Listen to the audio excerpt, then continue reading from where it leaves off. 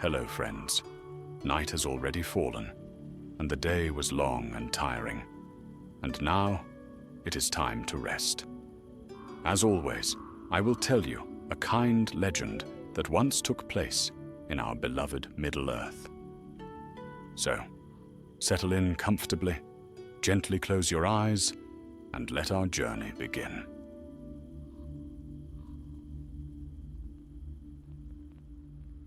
The wind that swept down from the grey mountains was cold and sharp, whispering through the crags like the sigh of ancient ghosts. Snow clung to the high passes, and in the dim valleys below, the last leaves of autumn shivered on dark boughs. Few dared travel those paths now, for rumour had long said that orcs and fouler things made their dens in the north once more, and the old roads of the dwarves were haunted by shadows of their own making. But along one such forgotten path trudged a solitary figure, broad of shoulder, hood drawn low, and beard frosted with snow. His boots crunched on the frozen earth, and every step echoed faintly, as though the mountain itself were listening. This was Borin, son of Fundin, a wanderer and smith of Durin's folk. Long had he roamed since the fall of Erebor, seeking neither glory nor gold, but something that had been lost, the pride of his house, tarnished and scattered with the flight from the lonely mountain. He carried no banner, no companions, only a short-handled axe at his belt and a pack filled with tools and dried meat. Yet within his pack lay something rarer, a crumpled parchment map, drawn in faded ink and marked with runes known only to the dwarves of old. It had been given to him by Nara the Exiled, a smith once of Erebor, now dwelling in the wilds of Eriador. She had whispered to him of a secret long buried beneath the ruins of Gundabad, the ancient mountain fortress once claimed by Durin himself, but long since fouled by the spawn of the enemy. "There lies a vault beneath the seventh hall," she had said, her eyes gleaming in the firelight. An anvil hall where the 7 rings were once wrought. One of those rings was lost there. Durin's ring, perhaps, or another of its kin. The orcs whisper of it still. They call it Zargul, the Ink Shadow. Borin had not believed her, not at first. The 7 rings were legends, gifts of the elven smiths, twisted by Sauron's craft and brought to ruin by dragonfire and greed. But something in her voice, in the trembling of her hands, had stirred him. And when she pressed the map into his palm, her gaze had been both pleading and fearful. "Find it before they do," she had said, "or all our kind may pay the price." Now, weeks later, Borin found himself among the northern heights, nearing the black crags of Mount Gundabad. Clouds hung low upon its crown, and a dull red gleam flickered now and again where the rock split like an old wound. Smoke drifted from fissures that stank of brimstone and ash.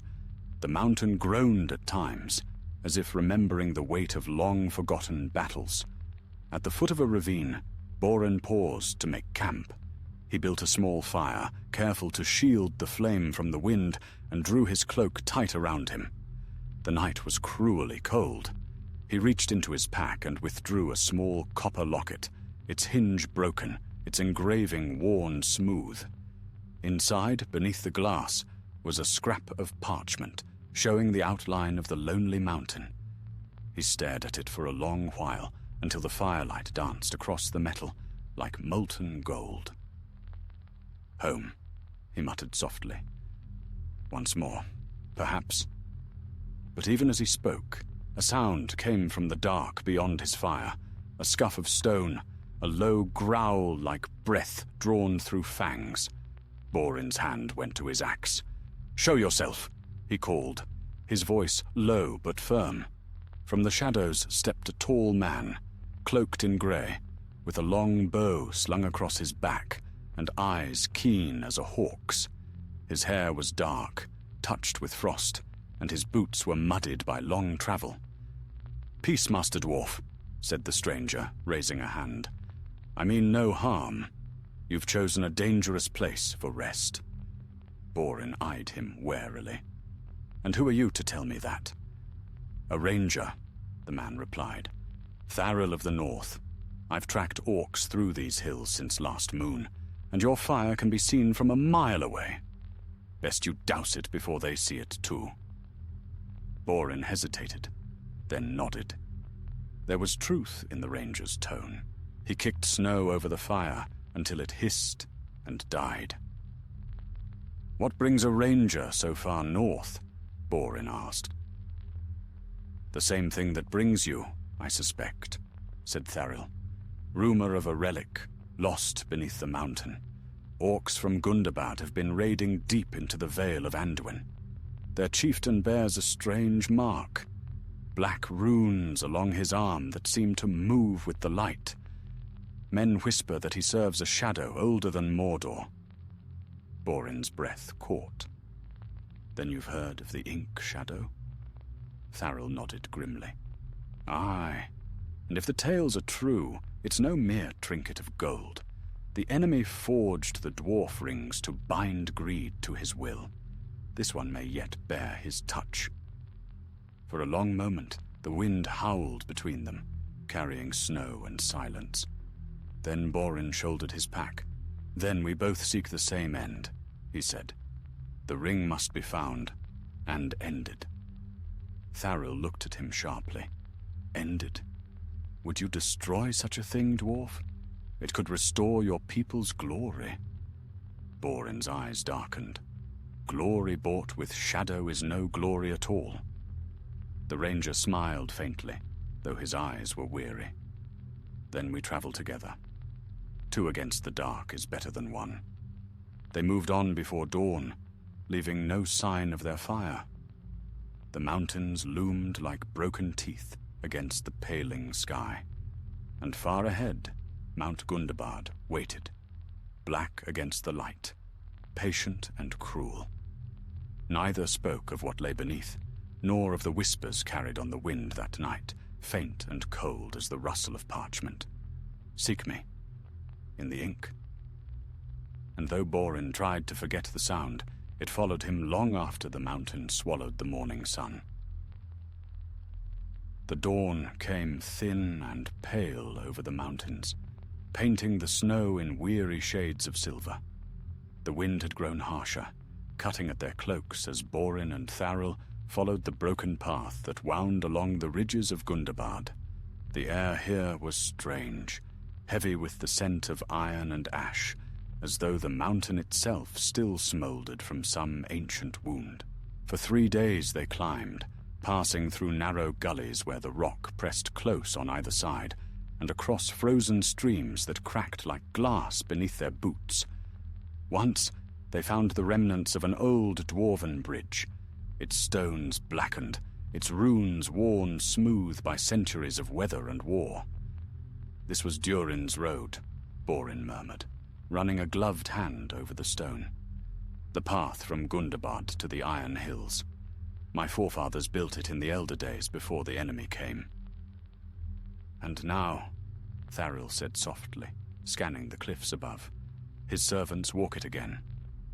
Tracks marred the snow, heavy, clawed footprints leading toward the higher slopes, orc prints, fresh. They moved in silence, wary of every shadow. The light faded quickly as they climbed, and soon they came to the mouth of a great cleft in the mountain, where the walls rose sheer and black, streaked with old soot. Here the wind died away, replaced by a faint, humming sound that echoed deep within the stone. Borin stopped and listened.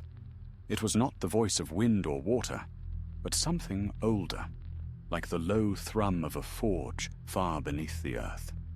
"The anvil halls," he whispered. "They are near." Tharil knelt and brushed the snow aside, revealing a symbol carved into the rock, a hammer crossed by a crown, the mark of Durin's folk. "Then this is the way," the ranger said. They pressed on until the cleft widened into a vast cavern mouth. 2 colossal doors stood there, half buried in snow, their hinges rusted and their carvings marred by age. Once they had been a marvel of craftsmanship.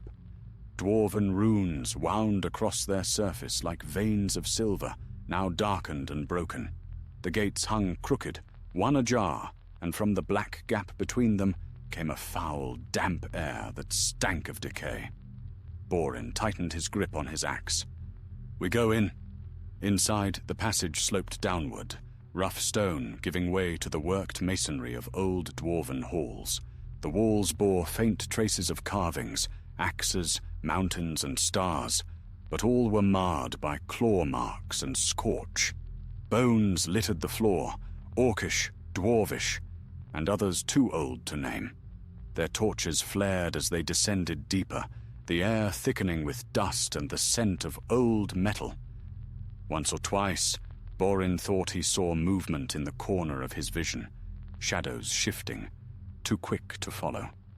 "Eyes open," Tharil murmured.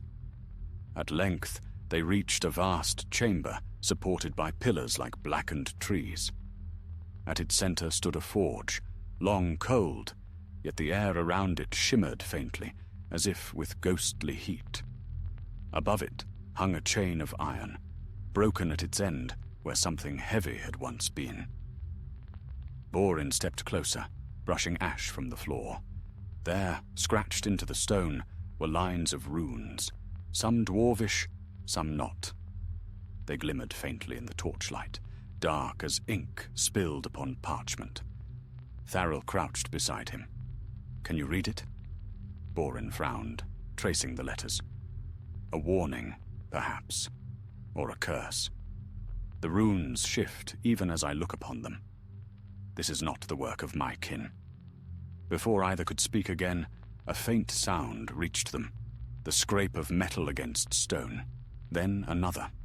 They turned as a figure limped from the far shadows, cloaked in rags. It was a dwarf, thin and filthy, his beard tangled with soot. He blinked at the light, eyes wide and hollow. "Who goes there?" Borin called. The dwarf flinched at the sound, but did not flee. Instead, he lifted a trembling hand. "Nara sent you," he rasped. "Did she not?" Borin's heart leapt. "Aye. You know her?" "She came here once," the stranger said, his voice quivering. "Long ago. Seeking the same thing you seek. The ring?" Tharil's hand went to his sword. "Where is it?" The dwarf shook his head, staring toward the forge. "It sleeps, but not quietly. The shadows whisper. They promise gold and power, and none can resist for long. I tried. He looked up then, and Borin saw that his eyes were ringed with black, as though ink had seeped into his skin. "The ink shadow," the stranger whispered. "It writes in your heart. Once you see the letters, you cannot unsee them." Before Borin could move, the dwarf gave a strangled cry and fell to his knees.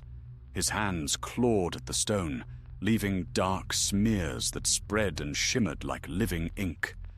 Then, with a sound like tearing parchment, the darkness sank into his flesh, and he was still. The torches flickered violently. From the shadows beyond the forge came a low murmur, words without voice, rising like smoke. 7 rings for the dwarf lords in their halls of stone. Borin's blood ran cold. "It speaks," he breathed.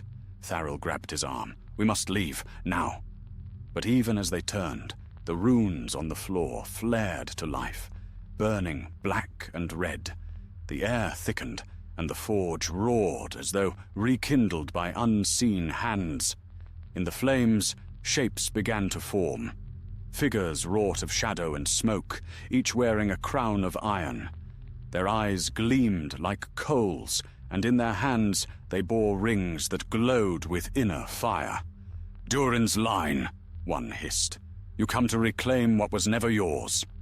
Borin stood firm, though his heart pounded in his chest. "The ring belongs to none but the Maker. It is cursed, and we will see it ended." The shadows laughed, a sound like grinding stone. "End it. You cannot end what was bound by the dark fire. You are as your fathers were, greedy for gold, hungry for what lies beyond your reach." Tharil drew his sword, its edge shining pale in the darkness. "Then perhaps the dark fire will learn the taste of steel." The shadows closed in, and the forge blazed brighter still. Borin lifted his axe, calling out in Kuzdul the battle cry of Durin's folk. The hall rang with the sound, and for a heartbeat the shadows faltered. "Go!" Tharil shouted. "The upper passage!" They ran, the ground shaking beneath their feet as the forge erupted behind them. Fire and ink spilled together, chasing them through the tunnels like a living tide. When at last they burst out into the open air, night had fallen, and the mountain glowed faintly red behind them. Both fell to their knees in the snow, gasping for breath. Tharil looked back toward the dark entrance. What in all the west was that? Borin wiped soot from his face. A warning. The ring still lies within, and it does not sleep. Above them, the wind howled again through the high passes, carrying with it a whisper that neither could tell was memory or malice. "Find me, son of stone, before the orcs do." And beneath the snow, the ground pulsed faintly, as though the mountain itself had begun to dream. The storm came swiftly over the mountains, rolling down from the northern peaks with a fury that swallowed light and sound alike. Snow fell in blinding sheets, driven by a wind that howled like the voices of the dead. Borin and Tharil had taken refuge beneath a leaning overhang of stone, their cloaks stiff with frost and their fire no more than a dull ember. For hours they waited, listening to the storm's rage and the groaning of the mountain above. The smoke from their fire rose in thin, twisting strands that vanished into the dark. It was then, through that veil of snow and wind, that Borin spoke. "I saw their faces," he said quietly. "The Shadow Kings. The forge fire brought them back, if only for a breath. They were dwarves once, lords of old, bound by rings that devoured them." Tharil stirred the coals with a stick, the faint red glow catching in his eyes.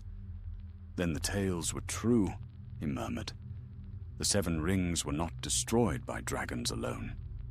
Some were taken, twisted, made into chains of the will."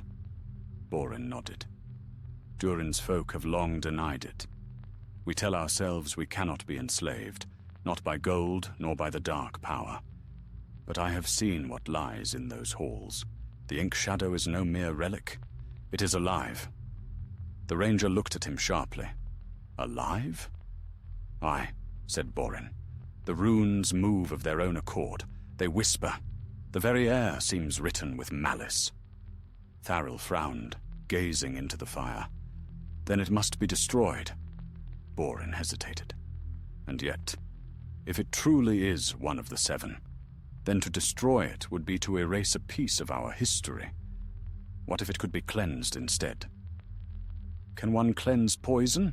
Tharil asked quietly. "Can shadow be taught to give light?" Borin did not answer. The wind shrieked again, drowning all speech, and they huddled closer to the fire. By dawn the storm had passed. The air was thin and brittle, and the peaks glittered cruelly in the morning light. The two set out again, their path leading eastward along a ridge that overlooked the long valley below. In the distance, beyond the veils of mist, they saw movement. Torches, scores of them, winding upward like a trail of fireflies. "Orcs," Tharil said grimly. "A war party." Borin's jaw tightened. "They march for Gundabad.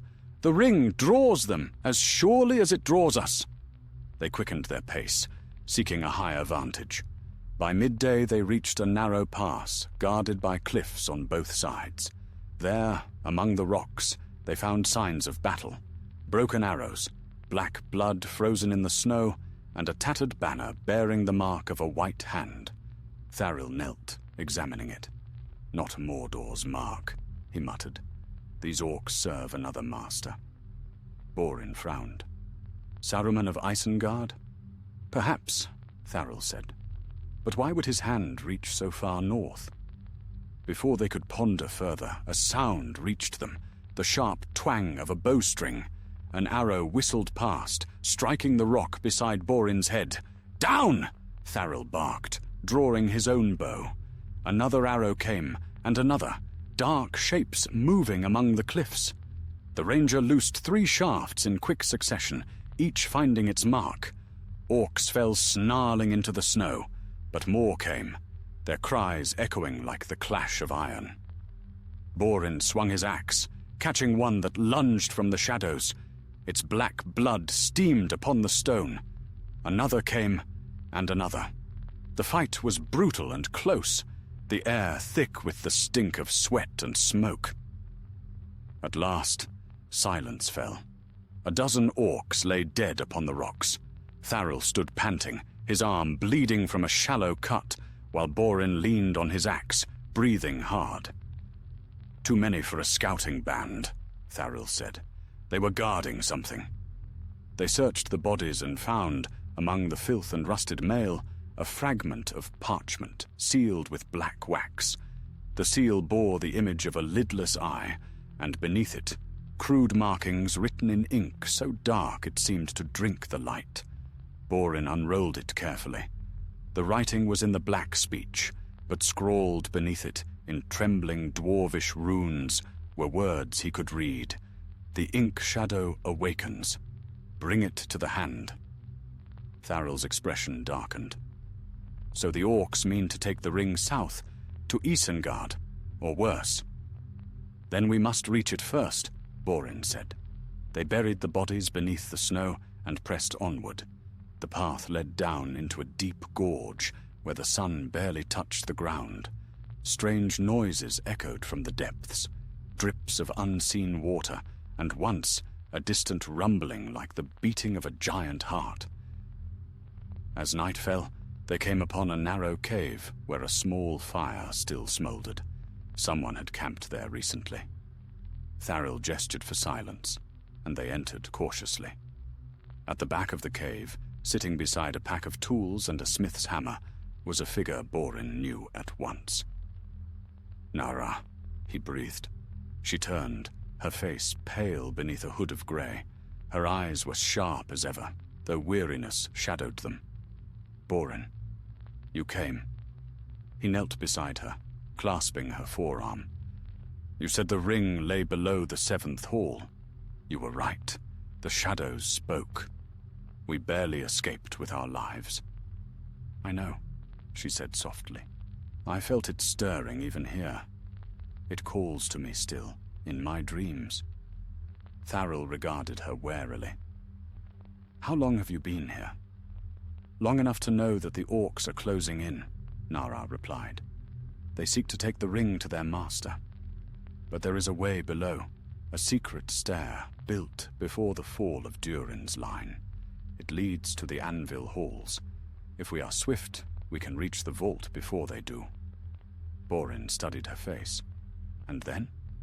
She hesitated. "Then we must unmake it. In the old way." Tharil frowned. "You mean to cast it into fire?" Nara's eyes glimmered. "Not fire, ink. The ink that was drawn from the deep veins of the world, the same that Sauron used to bind his words of power. There is a pool beneath the mountain, black as night.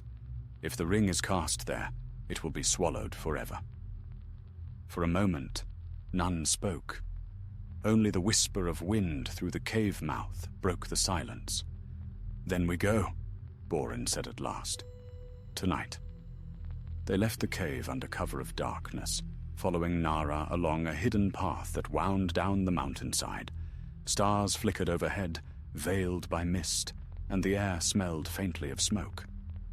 Far below, in the valley, the orc torches moved like a river of flame, ever nearer. By dawn, they reached a narrow cleft that led back into the heart of Gundabad. The entrance was half choked with rubble, but beyond it yawned a stair that spiraled into darkness. They lit their torches and descended. The walls here were carved with runes older than memory. Water dripped from the ceiling, each drop echoing like a drumbeat. The deeper they went, the warmer the air grew, until it carried the faint metallic tang of molten ore. At last, they came to a vast chamber, the seventh hall itself. The forge still smouldered, though no fire burned within it. Across the floor, the black runes glimmered faintly, alive once more, and upon the anvil, resting in the glow of its own making, lay a ring of gold, simple, perfect, yet shadowed by an aura of ink that shimmered like smoke. Borin's breath caught. There it is. Nara stepped forward, eyes wide, her hand trembling. The last of the seven. But even as she spoke, the runes upon the floor shifted again, curling like living things, and from the darkness beyond the hall came a sound, a deep, mocking voice, older than the stone itself. So the children of stone return, to steal what was given. The torches dimmed. A shape moved within the shadow, vast, unseen, but near. Tharil raised his bow. Who speaks? A laugh rolled through the chamber, heavy and cold. He who wrote the words in flame. He who gave the rings, and still watches through them. I am the hand that shaped your doom. Borin's heart turned to ice. Sauron, he whispered. The shadows rippled. The ring pulsed once, twice. Then the ink around it began to stir like a living tide. Nara drew her hammer. Take it, she said. Take it now, before it calls him fully. But Borin hesitated, for in that moment he saw his ancestors in his mind's eye, the halls of Erebor blazing with gold once more, his people restored to greatness. The ring gleamed before him, beautiful and terrible, and its whisper coiled through his thoughts like smoke. Claim it, son of Fundin. Make the mountains yours again. He reached out his hand, then froze, trembling between greed and duty, between shadow and light. And in that breath of silence, the ink shadow moved. The air of the seventh hall trembled, as if the mountain itself held its breath. The torchlight guttered, their flames bending toward the ring upon the anvil, as though drawn to its unseen gravity. Ink-like shadows crept across the stone, moving with a life of their own, whispering in voices, soft as silk, cruel as steel. Borin stood frozen, his hand outstretched toward the golden band. It gleamed faintly in the dim light, unmarred by time, its surface smooth as glass. Yet beneath that golden sheen pulsed veins of black, like threads of smoke trapped within. His mind filled with visions, not of ruin, but of triumph. The forges of Erebor roaring once more, the banners of Durin's line raised high above the mountains, and his kin returning from exile to halls gleaming with fire and song. "Take it," the whisper urged. "It was forged for your kind. The gold remembers its master." "Borin," Tharil's voice cut through the haze. The ranger's hand gripped his shoulder hard. "Do not listen!" Borin blinked, the vision flickering and fading. The air seemed to press upon his chest, heavy and hot. Nara stepped forward then, her eyes burning with determination. "Back away," she said, her voice steady, though her hand trembled. "The ring knows you. It calls to your blood. That is how it works." He lowered his hand slowly. "I saw them," he whispered. "The halls. My kin. I have seen them too," Nara said. "It shows each of us what we most desire. That is its snare." A deep rumble echoed through the hall. Dust drifted from the ceiling, and the runes upon the floor flared brighter. From the far end of the chamber, darkness began to gather, thick, roiling, as though the shadows themselves had caught fire. Tharil drew his blade. "We have lingered too long." Nara strode to the anvil. Her hammer gleamed faintly, its head engraved with runes of warding. She set her jaw and struck the ring. The sound was terrible, like thunder breaking within stone. Sparks flew, and the forge flared crimson, but the ring did not break. Instead, the hammer's edge chipped, and black smoke poured from the wound as though the air itself bled. The whispering turned to laughter. "Did you think to unmake what was forged by my hand?" The unseen voice thundered, filling the hall with a terrible echo. "You are but sparks in the dark, and I am the fire that consumes all." Borin seized his axe. "You will find stone does not burn easily," he growled. "Then let the mountain bear witness," the voice hissed. From the shadows, shapes began to emerge, half-seen figures, cloaked in black flame, orcs twisted by sorcery, their eyes pale and empty. They moved with jerking motions, like puppets pulled by invisible strings. Tharil loosed an arrow, and one fell, its body dissolving into ink. But more came, climbing the pillars, crawling over the walls. "Hold the passage!" Borin shouted, swinging his axe as the first creature leapt toward him. The blade met shadow, and for a moment he thought it would pass through harmlessly. But the thing screamed, splitting apart into ribbons of smoke. Nara struck again, hammer ringing against the anvil, chanting words in the old tongue of the smiths. Each blow sent ripples of light through the air, pushing back the darkness. But the ring only burned brighter, its voice rising like a song of madness. "You cannot destroy me, daughter of stone. I am the promise of your fathers. I am the gold beneath the mountain." The ground quaked. Pillars cracked and fell. "Borin," Tharil called, pointing toward a stairway that wound down from the hall. "The pool! She said it was below. That is where it must end." Borin swung his axe once more, cleaving through another shadow. "Then go. I'll hold them." Nara seized his arm. "No, you cannot face this alone. If one must stay, it will be me." He met her gaze, fierce and unyielding. "Your skill is needed below. Mine ends here." Tharil grabbed his shoulder. "There's no time for pride, dwarf. Move." But Borin wrenched free, planting his boots firmly upon the stone. "Go! That's an order, ranger!" For a heartbeat, the two locked eyes. Then Tharil nodded once, grimly, and dragged Nara toward the stair. Borin turned back to the horde, his breath coming in harsh bursts. The shadows closed in. He raised his axe high, calling upon the names of his forefathers, the kings of Khazad-dûm, the smiths of the Blue Mountains, the warriors of Erebor. His voice rang like a bell through the cavern.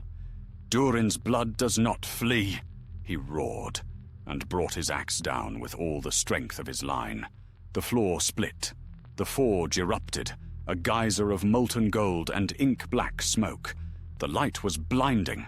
When the fire cleared, Borin stood amid the ruin, scorched but unbored. The shadows writhed around him, shrieking in fury. He turned to the anvil and saw that the ring was gone. Below, Nara and Tharil descended the stair at a reckless pace. The air grew thick and hot, pulsing with the sound of rushing liquid. At last, the tunnel opened into a vast cavern, lit by an eerie, dim glow. There it was, the pool of ink. A lake of black liquid stretched before them, its surface shifting with faint ripples, though no wind stirred. The smell was strange, like oil and metal and rain upon stone. "By the Vala," Tharil murmured. "What is this place?" "The deep vein," Nara whispered, "where the first ink was drawn by Ola's servants. Here words of power were written in the days before the world was young." She stepped forward and gasped. There, upon the ground near the water's edge, lay the ring, unmarred, gleaming faintly in the darkness, as though it had never known fire or hammer. "How?" Tharil began, but Nara shook her head. "It fled him. It seeks to live." She knelt beside it, staring into its golden surface. Reflections swam within, the faces of her kin, the light of forges, the laughter of the mountain halls. She saw herself there, crowned in gold. "Take it," the voice murmured from the depths. "You can remake your people. All you have lost can be yours again." Her fingers trembled. The air around her seemed to pulse. Tharil drew his sword. "Nara, don't listen. You said yourself, it must end here." But her gaze was far away. "Do you not hear it, Ranger? The song of the mountain? The promise of the smith?" She reached out, and Tharil seized her wrist. "Look at me," he said fiercely. "You are not its servant." For a moment, their struggle froze. Then Nara's eyes cleared. She wrenched her hand free, not to take the ring, but to lift her hammer. With a cry, she struck the ground, sending the ring tumbling into the pool. The black liquid hissed. The cavern shook. From the depths, a terrible cry echoed, a sound of fury and loss that split the air. The ring sank, swallowed whole by the ink. Its glow vanished, and the whispering ceased. Silence fell. Only the faint rippling of the pool remained. Nara sagged to her knees, breathing hard. "It's done," she whispered. "By the Maker, it's done." Tharil helped her stand. "Come, the mountain will not hold." They turned and began the climb upward. The tunnels trembled around them. Stones fell, dust filled the air. When they reached the upper hall, it was in ruins, pillars shattered, flames dying. There, amid the rubble, lay Borin. His axe was still in his hand, his beard singed, his armor scorched. He was alive, though barely. Tharil knelt beside him. "It's gone," he said. "The ring is destroyed." Borin opened his eyes, a weary smile upon his face. "Then Durin's line may sleep in peace." They carried him from the hall as the first light of dawn touched the mountain peaks. Behind them, Gundabad groaned one final time, and a column of dark smoke rose into the sky, scattering like ink in the wind. None would ever find the pool again. And in the years that followed, when dwarves spoke in whispers of the 7 rings and the fate of the last, they would tell of Borin, son of Fundin, and Nara, the exiled, who cast shadow back into shadow, and of the day the ink ceased to write. For many days the mountain lay silent, its wounds smoking beneath the cold light of the northern sun.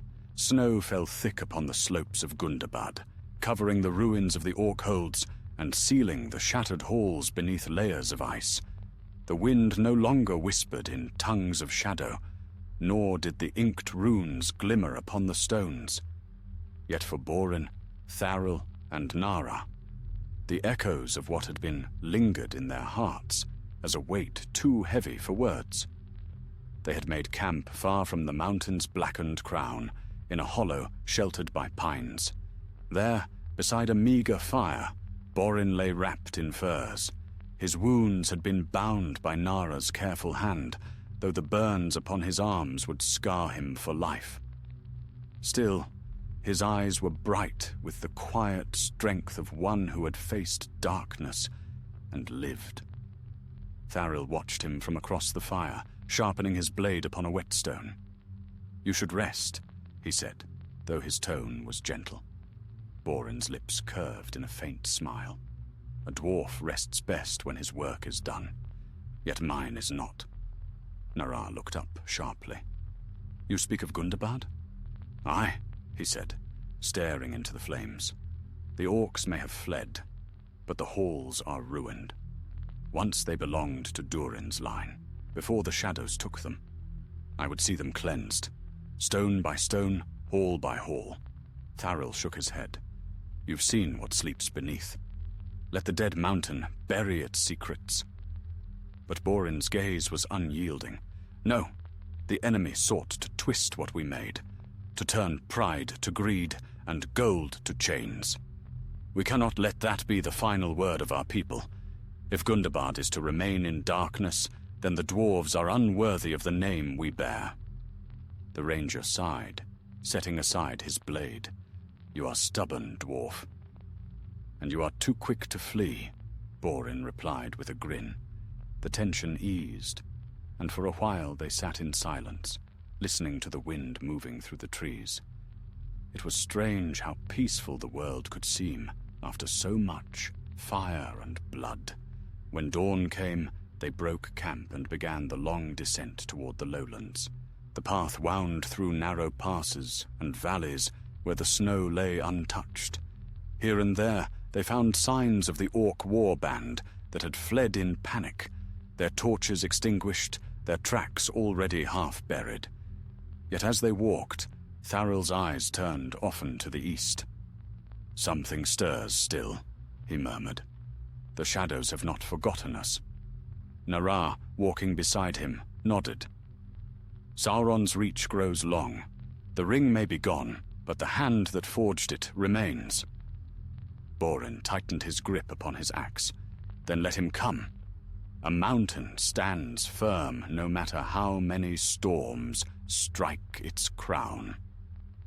They traveled for 5 days, crossing frozen rivers and rocky plateaus. At last, they came to the edge of the grey mountains, where the land dropped away into the wide northern plains. The wind was bitter here, and the stars at night shone like shards of ice. It was on the 6th night that they saw the fire. A red glow flickered upon the horizon, faint at first, then brighter. Tharil climbed a ridge to see better. Below, in a small valley, an orc encampment sprawled, scores of tents and watchfires. Black banners marked with the white hand of Isengard fluttered in the wind. "They survived," he said grimly, "and they march south." Nara frowned. "Carrying word of the ring, or seeking vengeance?" Tharil answered. "Either way, they cannot be allowed to reach the plains." Borin rose beside him, his eyes narrowing. "Then we strike before dawn." The ranger gave him a look that was half amusement, half disbelief. 3 against an army. Borin's teeth glinted in the moonlight. Not an army, a rabble. The mountains breed their courage, but take away their shadows, and they scatter like rats. Nara sighed but drew her hammer. "Then let us finish what we began." Before dawn they moved down the ridge, silent as falling snow. Tharil loosed arrows into the sentries, each shaft finding its mark. When the camp stirred in confusion, Borin was already among them, his axe flashing in the firelight. He moved like a storm of iron, each blow breaking shield and bone alike. Nara struck beside him, her hammer ringing against steel, sparks flying. The orcs screamed and fell, their black blood staining the snow. Tharil's arrows sang from the shadows, swift and sure. By sunrise, the valley was quiet. Smoke rose from the wreckage of the camp, and only a few wounded orcs fled into the wilderness. Borin stood at the center of the ruin, chest heaving, his beard streaked with soot. "So ends the shadow of the ink," he said softly. But Nara knelt among the ashes, her hand brushing something half buried in the snow, a fragment of black metal, curved and thin as a ring's edge. It gleamed faintly with an oily sheen. "Borin," she called, "look." He came to her side and stared. The shard pulsed once, like a heartbeat, then went still. "The ring was unmade," Tharil said behind them. "How can this be?" Nara's brow furrowed. "Perhaps the ink remembers. Even when words are erased, the paper bears the scar." Borin bent and lifted the shard. "Then let this be sealed, so none may find it again." They climbed to a cliff where the stone was hard and cold. There, with Nara's hammer and Borin's strength, they buried the fragment deep within the rock and sealed it with runes of warding. "Let it sleep," Borin said, pressing his palm to the stone, "and may no hand of darkness stir it again." Tharil placed his hand beside the dwarf's. "Then it is done." For a time, silence reigned. The wind swept the snow across the ridge, erasing their footprints. The world seemed clean once more. At last, Nara spoke. "What will you do now?" Borin looked east, where the sun rose over the plains. "Return to my people. Tell them that Gundabad is ours again, though it waits for our courage to reclaim it." "And you?" he asked, turning to Tharil. The ranger smiled faintly. "I will go where shadows gather. There are still dark roads to walk." He clasped Borin's hand, firm and strong. "Farewell, son of Fundin. May the mountain guard your steps. And may the stars light your path, ranger," Borin replied. They parted at the foothills, where the forest met the plains. Tharil turned south toward the wild lands, while Nara and Borin took the road east. They did not speak much as they went, for both were weary beyond words. Yet there was peace in their silence. On the 7th night, as they camped by a quiet stream, Borin sat gazing at the water. The stars shimmered upon its surface like molten silver. Nara joined him, her face lit by the soft glow of the fire. "Do you ever wonder," she asked, "if it truly ended?" Borin was silent a long time before answering. No shadow ends while memory remains, but neither does light. She smiled faintly. Spoken like a king. He chuckled. A smith, more like. Kings forge crowns. Smiths mend what is broken. And with that, he lay back beneath the stars and closed his eyes. The wind sighed through the trees, carrying away the last echoes of the ink shadow. Far behind them, the mountain stood silent and dark against the sky. But deep within its heart, beneath stone and ice, something glimmered faintly in the black, a ripple, a whisper, a dream of gold remembered. Then the darkness folded over it, and all was still. The snows melted with the turning of the season, and the grey mountains gleamed beneath the sun, their peaks still crowned with white, their valleys alive with the first murmurs of spring. Long had the shadow lain heavy upon those lands, but now the air was clean again, touched with the scent of pine and thawing earth. Yet though the dark had been driven back, not all wounds heal with the seasons. Borin and Nara journeyed eastward for many weeks, following the river that wound through the foothills like a silver thread. Sometimes they met wandering men, hunters from the vales of Anduin or traders from Dale, and to all who asked, Borin said only that they were travelers returning home. He spoke little of Gundabad, or of the thing they had unmade. Some truths were better left buried, as deep as the ink that had swallowed the ring. They came at last to the rolling lands that faced Erebor, and there their hearts grew light. Far off, they could see the mountains shape against the sky, dark and proud, a memory of glory unforgotten. Smoke rose from its forges once more, and the sound of hammers echoed faintly across the plains. "Home," Nara whispered, her eyes glimmering. Borin's gaze softened. "Aye," he said, "and not before time." When they reached the great gates of Erebor, the guards recognized them at once, for the tale of Borin son of Fundin was known to many. Word had already come of the fall of the Orc warband that had plagued the north, though none knew by whose hand it had been done. The dwarves of the mountain greeted them with honor and astonishment, leading them through the echoing halls toward the throne of King Dain Ironfoot, son of Nine.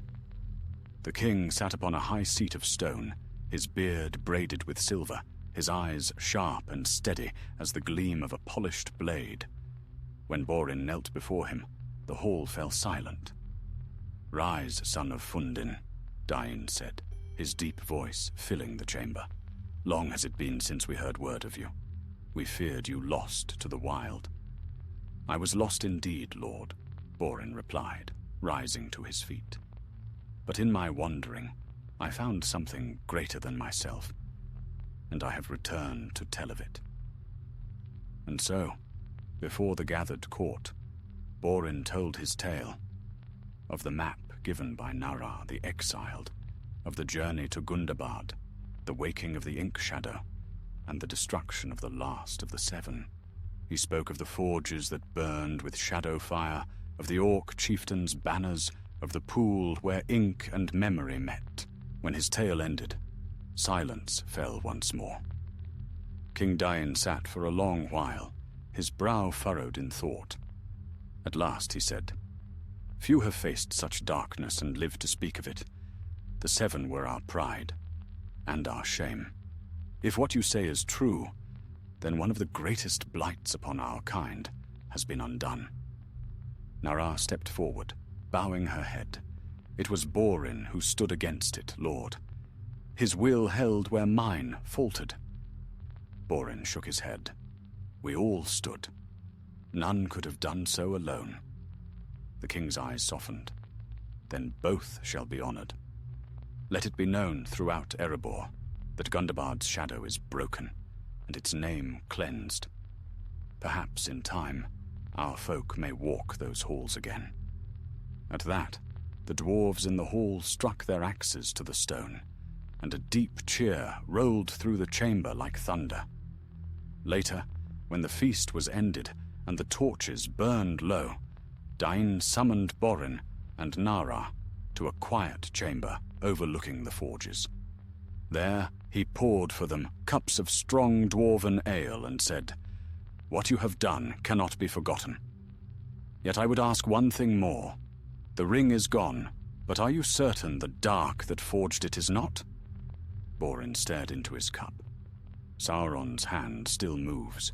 I felt his will even as the ink swallowed the gold. He will seek other means, other servants. The mountain may sleep, but Mordor will not." Dain nodded grimly. "Then we must watch the north. Gundabad's halls may yet draw his eye again. I will send word to the Iron Hills and to the men of Dale. The free folk must be ready." That night, Borin stood alone upon one of Erebor's high terraces. The wind swept cold across the stone, carrying the scent of forge smoke and rain. Below, the lights of Dale twinkled like stars scattered upon the earth. He felt peace, but it was the quiet kind that follows battle, not the peace of forgetting. Nara joined him, her hammer slung across her back. "The king spoke truly," she said. "The world is changing. Shadows move again in the east. The ring's end may only be the beginning." Borin nodded slowly. "Then we will meet it as we always have, with hammer and axe and stubborn hearts." She smiled faintly. "You sound like an old king yourself." He chuckled. "I am a smith, nothing more. Let kings guard crowns. I will guard the flame." Spring deepened into summer. Trade roads opened once more between Dale and the Iron Hills, and dwarves began to venture northward, reclaiming the mines and halls lost since the days of Smaug. Borin was among the first to lead them. He stood once more before the path that wound toward Gundabad, though now it lay quiet beneath blue skies. The air smelled of wildflowers, not ash. At his side walked Nara and a small company of dwarves, builders and masons, not warriors. They bore tools instead of weapons, songs instead of war cries. At the foot of the mountain, Borin halted. "Once this was a place of death," he said. "Let it now be a place of craft." They entered the outer halls, finding them as he had left them, blackened, broken, but empty of evil. The forge of the seventh hall was cold still, its anvil cracked. Yet no whisper came from the shadows, and no ink stirred upon the floor.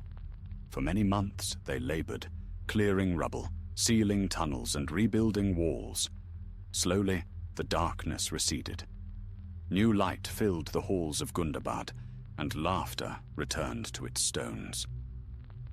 One evening, as Borin sat beside the newly lit forge, Nara came to him with a small chest of polished oak. Inside lay the shard of black metal they had sealed in the mountain rock, the fragment that had once belonged to the ring. "I thought it should rest here," she said softly.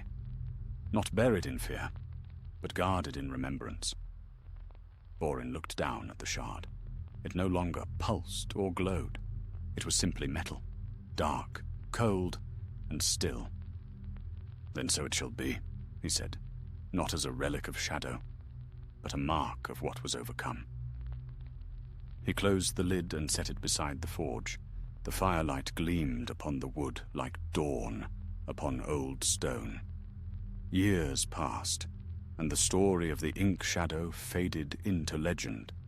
The halls of Gundabad thrummed once more with the sound of dwarven hammers, and travelers who passed through the northern vales spoke of light returning to the mountains. Borin's beard turned to silver, but his hands never lost their strength.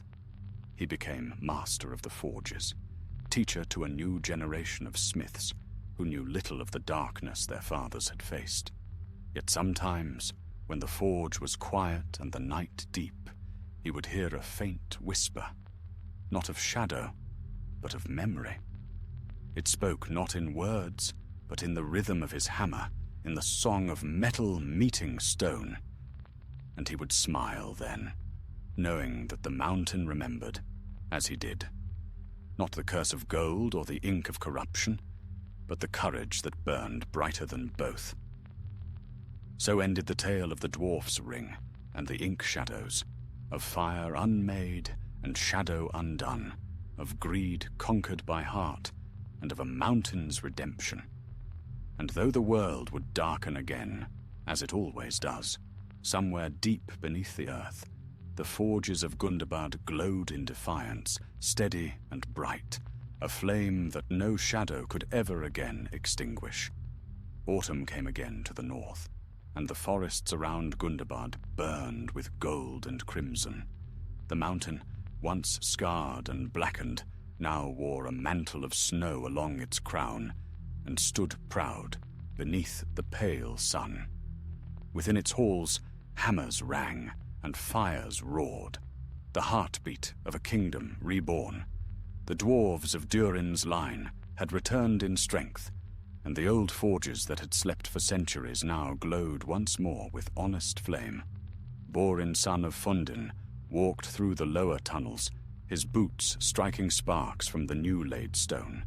He carried no weapon now, only a craftsman's hammer of his own making. His beard, once dark as the mountain roots, had turned the color of winter frost, and the yaws had etched deep lines about his eyes. But there was a light in him still, a steady fire that had not dimmed. He came to the great hall of anvils, where Nara the Exiled was at work beside the master forge. The clang of her hammer echoed through the vast chamber, sending ripples of sound along the walls. Her arm was strong and sure, her face calm with the patience of one who had long since made peace with both flame and failure. "You've made this place shine again," Borin said, his voice echoing warmly. "Once, even the stone trembled with the darkness here. Now it rings with song." Nara looked up and smiled faintly. "The stone remembers both," she said, "but it chooses what to echo." Borin laughed, setting down the bundle he carried. "Still speaking in riddles, I see. The young smiths think you half a wizard." She shrugged. "Perhaps all smiths are, in their own way. We take fire and metal and give them form. That is magic enough." He unwrapped the bundle, a small chest of dark oak bound in silver. Within it lay the shard of black metal they had sealed years ago, the last remnant of the ring. It gleamed faintly even in the forge light, though its darkness no longer pulsed. "I thought it right," Borin said softly, "that it be laid here at last, where it began. This hall was once the cradle of shadow. Let it now be the place of its ending." Nara nodded solemnly. Together they placed the chest in a niche carved into the wall beside the forge. Over it they set a stone tablet engraved with dwarven runes. Here lies the memory of darkness, undone by fire, sealed by stone. Let none seek its name. When they had finished, the hall fell quiet. Only the low hum of the forge remained, like the breath of a living thing. Borin looked around him, at the young apprentices hammering in distant alcoves, at the banners newly hung upon the pillars. "It was worth the years," he said. "All of it. Gundabad lives again." Nara turned her gaze toward the mountain's heart. "It lives, yes, but the world beyond these walls darkens still. Word comes from the south, of war in the lands of men. Sauron rises again in Mordor." Borin's hand tightened on his hammer. "Then the tales were true. I feared as much." "Aye," she said quietly. "There are whispers even among the dwarves of the Iron Hills, that the Dark Lord gathers armies, and his will spreads through the east like fire in dry grass. Soon the free peoples will be tested once more." Borin looked into the forge's flame, and his reflection flickered there, a face lined with age, but unbroken. "Then we will stand ready. Let Mordor rise as it will. Stone endures." That winter, messengers came to Gundabad, rangers from the north, men of Dale, even an elf from the woodland realm. They brought tidings of fear, orc hosts stirring in the misty mountains, dark creatures creeping once more into the wild. Some sought alliance, others counsel. It was strange, Borin thought, to see elves and dwarves seated at one table again, though their words were cautious and their glances wary. He spoke little during those councils, for his mind was heavy with memory. Afterward, as the visitors departed, Tharil the ranger came to him. The man's hair was streaked with grey now, but his eyes were still sharp. "I had thought you long gone, friend," Borin said, clasping his arm. Tharil smiled faintly. "I've seen too many wars to be easily rid of. But the north grows restless again. Orcs breed in hidden places, and some bear marks like those we saw before, the runes of ink and flame." Borin's expression darkened. "Then the shadow was not wholly ended." "Perhaps not," Tharil said, "but it is weaker than before. The enemy seeks new servants, not old relics. Still, I thought you should know." Borin nodded slowly. "Your warning is well given. If the orcs rise again, Gundabad will not be silent." They parted there in the snowy courtyard. Tharil vanished into the wild once more, a lone shadow beneath the falling snow, and Borin watched him go until the storm swallowed him from sight. In the months that followed, the forges burned brighter than ever. Borin worked beside his apprentices, teaching them the old craft of rune smithing, letters of fire and stone meant to strengthen walls and bind doors. A dwarf's fortress, he would tell them, is not guarded by steel alone, but by the will that built it. But in his quiet moments, he could not shake a feeling that something stirred still beneath the roots of the world. A faint pulse, a murmur half heard when the night was long. One evening, Nara found him standing before the sealed chest, the light of the forge flickering across his face. "You hear it too," she said softly. He turned, startled. "Hear what?" "The whisper," she said. "Not words, only remembrance. The ink no longer binds us, but it remembers its form, as all things do." Borin frowned. "Then the world itself remembers shadow."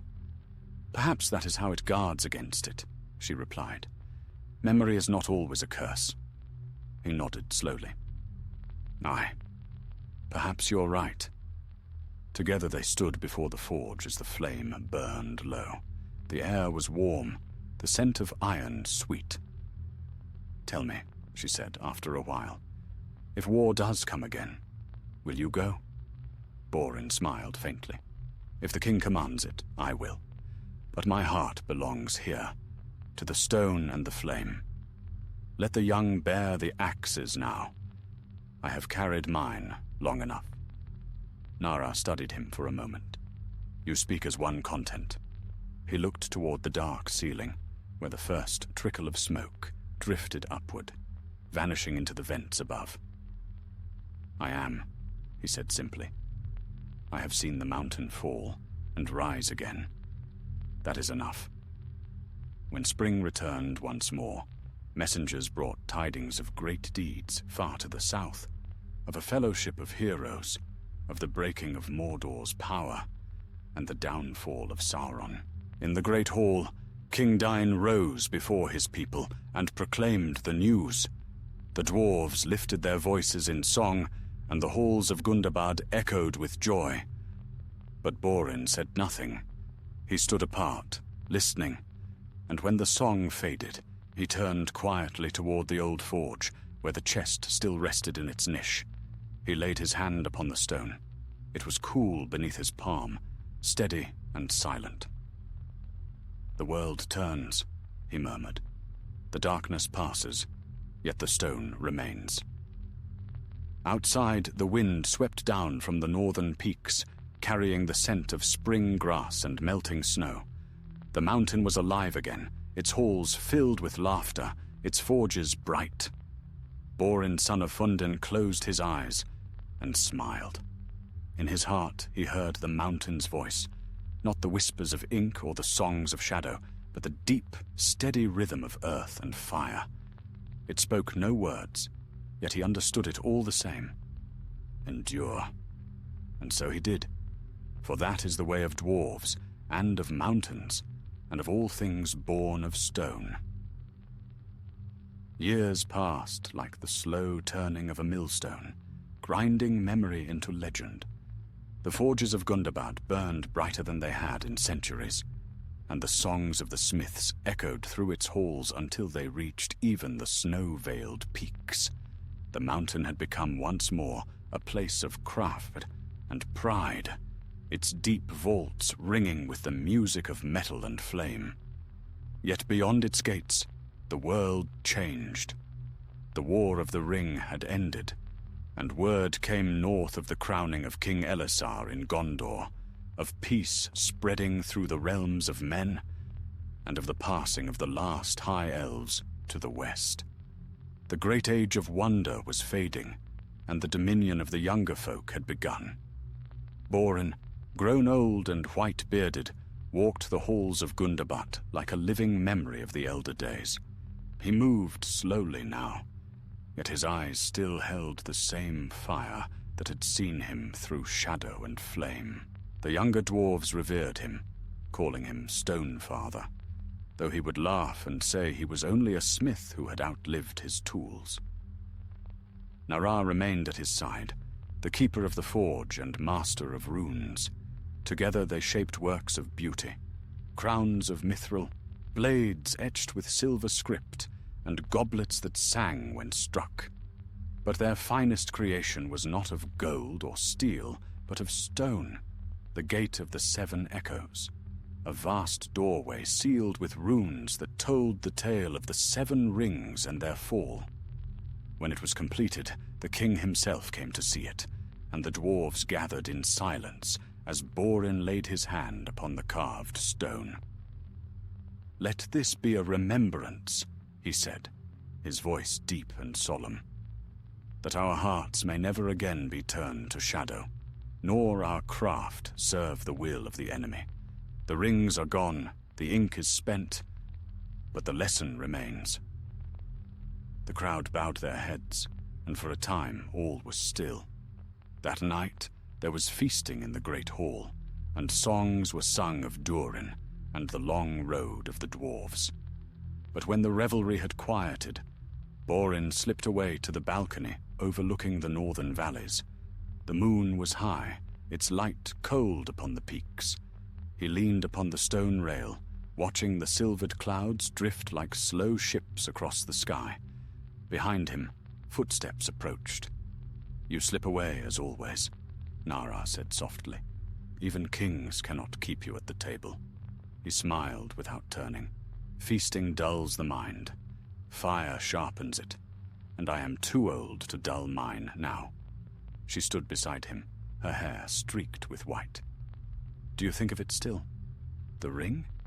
She nodded. He was silent for a long while. "Not of the ring itself. That lies forgotten, I hope, beyond all unearthing. But I think often of what it showed me. The halls of gold, the glory of our people. It promised all that we had lost. Yet in the end, I learned that such splendor means nothing if it blinds the heart." Nara studied his face. "And yet you rebuilt Gundabad. You forged anew what was lost." "Aye," Borin said quietly, "but not for glory, for remembrance." They stood together, watching the stars burn above the mountain. The night was clear and cold, and the wind smelled of snow. Winter came early that year, fierce and unrelenting. Avalanches thundered in the high passes, and the roads to the south closed beneath walls of ice. Within Gundabad, the dwarves toiled tirelessly to store food and fuel, and the forges burned day and night to keep the cold at bay. Borin worked beside them, though his strength waned. His hands, once steady as the hammer's fall, now trembled with age. But his mind remained sharp, and his counsel was sought by all. One night, as he sat alone in the forge hall, a strange sound reached his ears, a faint tapping, rhythmic and distant. He frowned, rising slowly to his feet. It came again, echoing faintly through the stone. 3 slow beats, then silence. He followed the sound through the lower tunnels, his torch casting long shadows upon the walls. At last he came to the sealed niche where the shard of black metal had been entombed. The stone tablet lay undisturbed, but the air was colder here, and his breath came out in a mist. Again came the tapping, faint now, almost like a heartbeat. Borin knelt and pressed his palm to the wall. The cold bit deep into his skin, and for an instant he thought he felt something beneath the stone. A vibration, like the faint hum of a forge far away. He drew back, his heart heavy. "Not again," he murmured. "You were ended." The whisper that answered was soft, almost sorrowful. "End?" No, only silence between words. He staggered back, his torch flaring. The shadows danced wildly across the walls, but the voice did not come again. Nara found him there moments later, pale and trembling. "What is it?" she demanded, her hand on his arm. "The shard," he said hoarsely. "It stirred. I felt it." She went still. "Are you certain?" "I know the feel of a forger's heart," he whispered. "Something sleeps there, and dreams." For a long time neither spoke. Then Nara said, "Perhaps it was only memory, the echo of old things." "Perhaps," Borin said, though doubt clouded his eyes. "But if not, then we must act. It cannot be allowed to wake." They summoned the king's council before dawn. The dwarves gathered in the high chamber, their faces grim, as Borin told what he had seen. Dain listened in silence, then said, "You think the shard still holds power?" "I do not know," Borin admitted. "But if it does, then the ink may yet carry the mark of its master. I will not risk Gundabad's fall a second time." The king rose from his seat. "Then what would you do?" Borin met his gaze steadily. "We must send it away, far beyond the mountains, beyond the reach of any dwarf or man. There are places in the far north where no fire burns, no hand of Sauron ever touched. Let it be buried there, in the ice." There was murmuring among the council, but none opposed him, and so it was decided. 3 days later, a small company set out from Gundabad, wrapped in heavy furs. Borin rode at their head, Nara beside him, and behind them 2 stout warriors bore the chest sealed in iron bands. The wind howled across the frozen plains, but the dwarves pressed on, their breath steaming in the cold. They climbed for many days through jagged passes until they reached a place where even the eagles did not fly, a glacier of ancient ice, blue and clear as glass. There, beneath a sky of grey fire, they halted. "This is the end of it," Borin said. "No shadow can live in this cold." They dug deep into the ice, deeper than sight, until the pit glowed faintly with trapped light. There they laid the chest, covering it with stones inscribed with runes of sleep and warding. When it was done, Borin stood long in silence. Then he raised his hand and spoke in a low voice. "Here ends the last whisper of the ink shadow. Let the cold hold it, and the mountains forget it." He struck the ground once with his hammer, and the ice shuddered. The runes flared, then dimmed, sealing the tomb. As they turned to leave, the wind rose behind them, keening through the peaks like the cry of something fading. When Borin returned to Gundabad, he went once more to the forge and sat beside the fire. His eyes were heavy, his hands still. Nara joined him. "Is it done?" she asked. He nodded. "It is done." They sat together in silence, watching the flames. Outside, the wind carried the sound of dwarves singing in the upper halls, songs of home, of stone, of fire everlasting. Borin closed his eyes, and the sound became distant, like the echo of waves upon a far shore. In that stillness, he smiled. "The ink fades," he murmured, "and the fire remains." And so it was. When morning came, Borin, son of Fundin, was found at his forge, his hands folded upon his hammer, the last heat of the coals glowing beside him. The dwarves said he died as he had lived, among flame and stone. And though ages would pass, and Gundabad would rise and fall again, the tale of the ink shadow would remain, whispered in the deep places of the world, the story of a dwarf who faced darkness and made of it light. Long after Borin's death, the halls of Gundabad endured, strong and bright under the watchful rule of his kin. The dwarves called him Stone Father in song and story, and his hammer hung in the great hall above the forge, wreathed in gold and black iron. None touched it, for it was said that when darkness came again to the mountains, the hammer would ring once more upon the anvil of fate. Years folded upon years. Peace lay across the northern lands, though beyond the high passes rumors still whispered of fell things stirring in the deep places of the world. In the south, kings of men grew old, and their heirs took the throne. In the west, the sea stole away the last of the elves. The age of wonder faded to memory, and even the dwarves began to think their long wars forgotten. But the world does not forget so easily. Beneath the glaciers of the far north, where Borin had sealed the chest of the ink shadow, the ice groaned and shifted. Winters grew colder, the wind more cruel. Hunters spoke of strange lights beneath the frozen cliffs, pale gleams that flickered like candles under glass. Then one winter, a tremor shook the mountains. In Gundabad, the dwarves felt it in their bones. A deep thunder that rolled through the stone, waking old fears. King Doran, grandson of Dain Ironfoot, summoned his council in haste.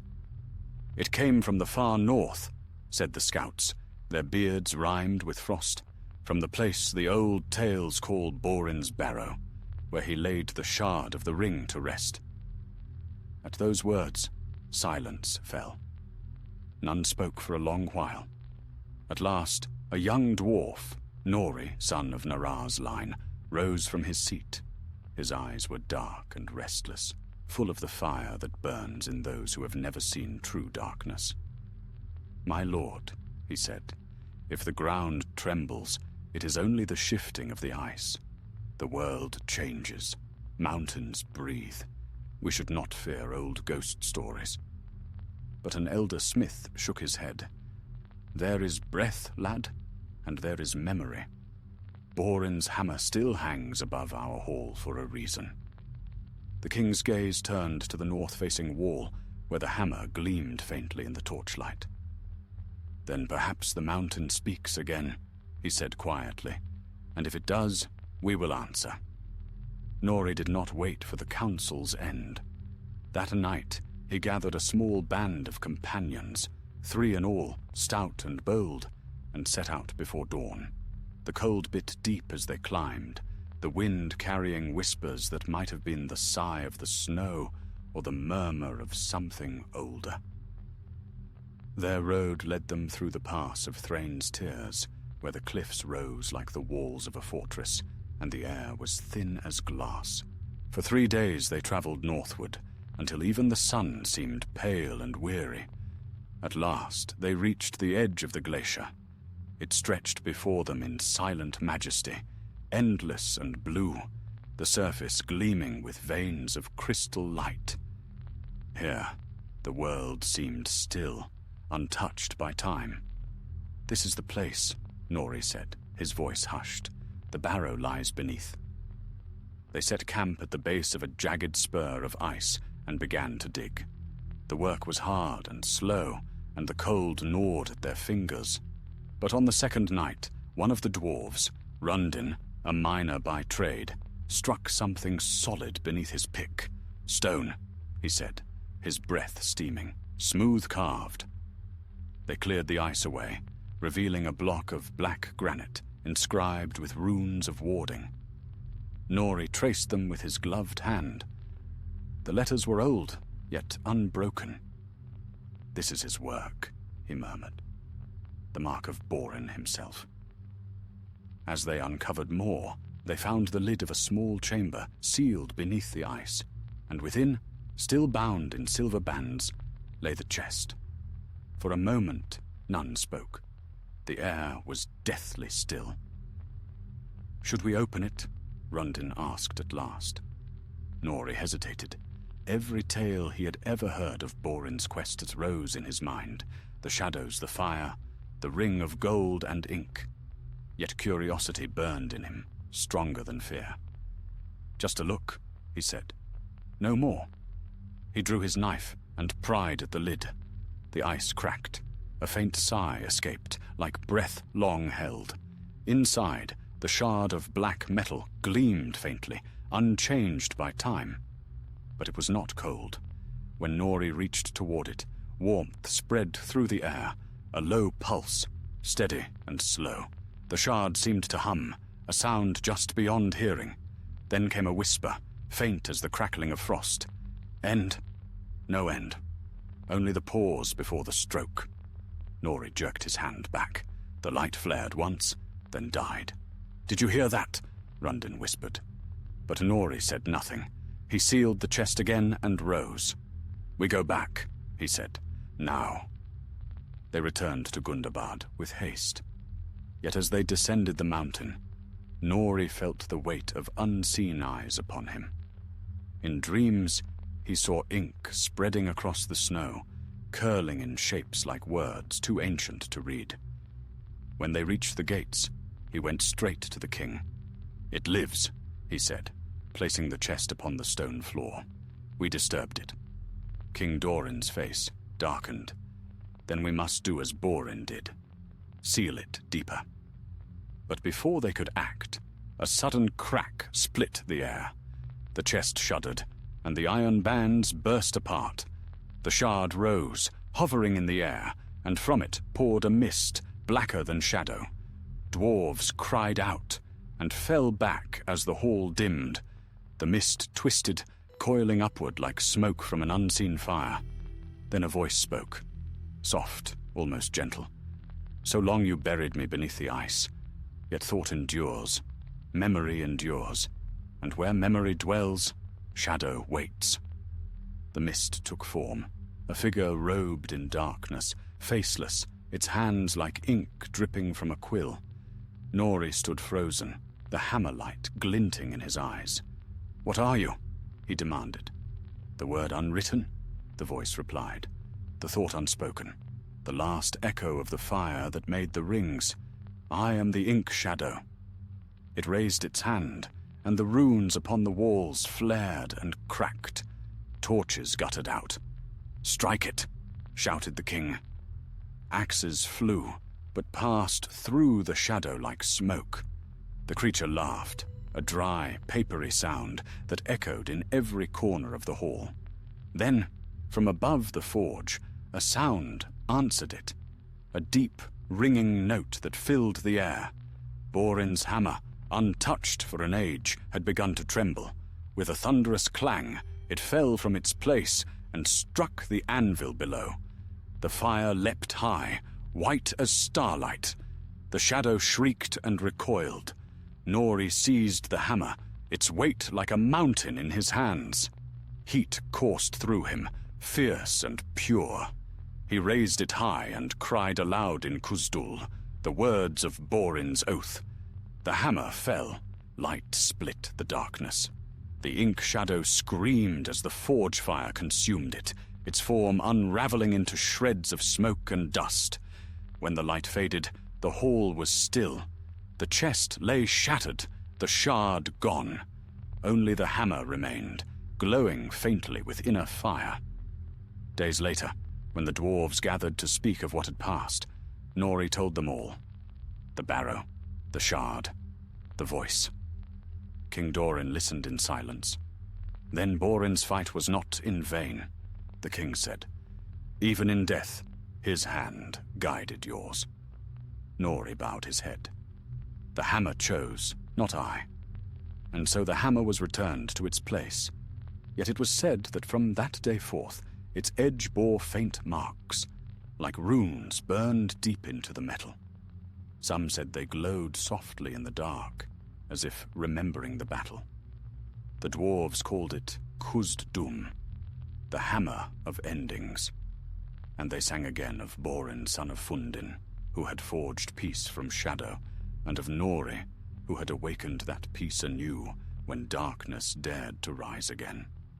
Thus Gundabad endured once more, its light unbroken, its people steadfast as stone, while far beneath the frozen north, the last ashes of the ink shadow were scattered to dust. Unwritten at last, the tale of Nori and the hammer of endings spread swiftly through the northern realms, carried on the tongues of traders and wanderers. In the forges of Erebor and the halls of the Iron Hills, dwarves raised toasts in his name, though he himself shunned such praise. "I did only what the mountain demanded," he would say. Yet even he knew that the shadows of the old world had stirred once more and been answered. Under King Dorin's rule, Gundabad entered a golden age. The forges never dimmed, the mines ran deep and rich, and the sound of chisels echoed in the high vaults as new halls were carved into the living rock. Dwarves from distant clans came to dwell there, drawn by the song of renewal. They spoke often of Borin, son of Fundin, whose courage had cleansed the mountain, and of Nara the smith, whose wisdom had bound the shadow. But not all songs were of peace. Beyond the borders of the mountain realm, dark things still lingered in the corners of the world. In the east, men whispered of strange fires burning in the wastes of Rhûn. Orcs and goblins, though scattered after the War of the Ring, began once more to gather in secret holds, led by captains who bore brands like curling runes of black ink upon their arms. The old evil had not perished. It had only changed its name. Nori felt it before the first messenger came. The restlessness in the stone, the deep, slow murmur of unease that runs through the earth when it remembers fear. He was standing upon the terrace of the western watchtower when the horn sounded from below. The cry echoed through the mountains, clear and sharp. He descended to the great hall, where King Dorin waited. Snow clung to the messenger's cloak, and his face was pale. "Raiders from the east," he gasped. "They struck the outposts beyond the Grey River. Not orcs alone."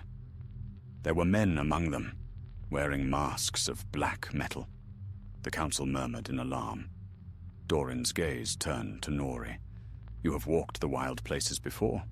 What do you make of this?" Nori frowned. Men and orcs allied once more? That stinks of sorcery.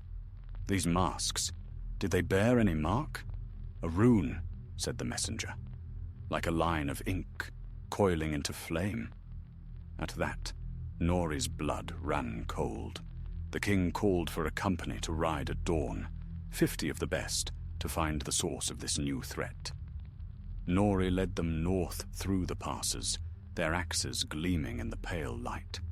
For 5 days they followed the trail of the raiders, burned wagons, broken spears, and the bodies of men and dwarves left to freeze.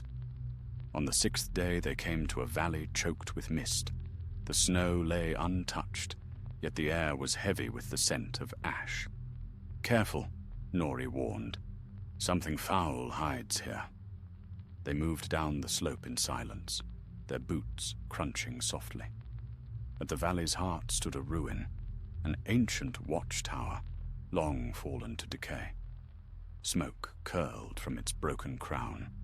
When they drew nearer, they saw the banners, black cloth streaked with the white mark of a quill, its tip aflame. "The ink returns," whispered one of the younger dwarves. Nori raised his hand for silence. The doorway yawned before them, dark and still. He stepped inside. The walls were scrawled with runes, daubed in some dark substance that gleamed wetly in the torchlight. At the center of the floor lay a great basin carved from stone, half filled with a black liquid thicker than oil. "Ink," muttered Nori. But no forge fire could make so much. A sound came from the shadows, a slow, wet movement, like breath drawn through mud. A figure emerged, cloaked in rags, its skin pale as a candle wax. In its hands it held a staff of black metal, and upon its brow glimmered a circlet of the same hue. "You should not have come," it said, its voice smooth and low. "The word is being rewritten." Nori lifted his axe. "And who are you to speak of words, Shadow?" The figure smiled thinly. "A servant of the quill. I am Inkbinder, the last of those who remember the craft of the ringmaker. You thought the shadow dead, but it only sleeps in the hearts of those who love to shape and bind." "You are no smith," Nori growled. "You are a blasphemy." The Inkbinder raised his staff. The liquid in the basin began to stir, rising like a serpent. Black tendrils reached for the dwarves, twisting into shapes, half smoke, half flame. "Hold fast!" Nori cried, swinging his axe. The first tendril struck him, burning like fire, but he cleaved through it with a shout. The dwarves surged forward, their axes flashing, but every stroke that cut the dark left behind another wound, another voice whispering. From the mist outside came the war cry of orcs, and the valley exploded into chaos. Nori fought at the front, his axe singing through the air.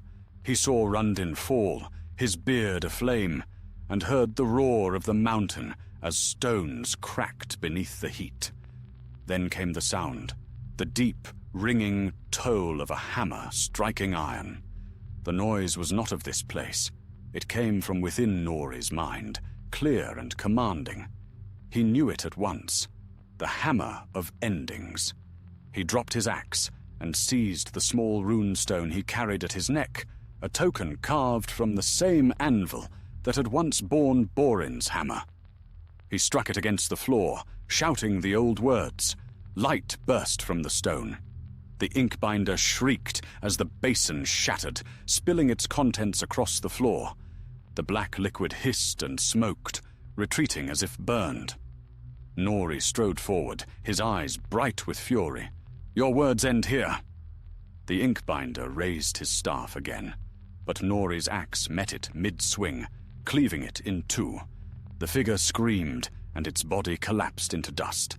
The valley shook, and the mist tore apart like a curtain.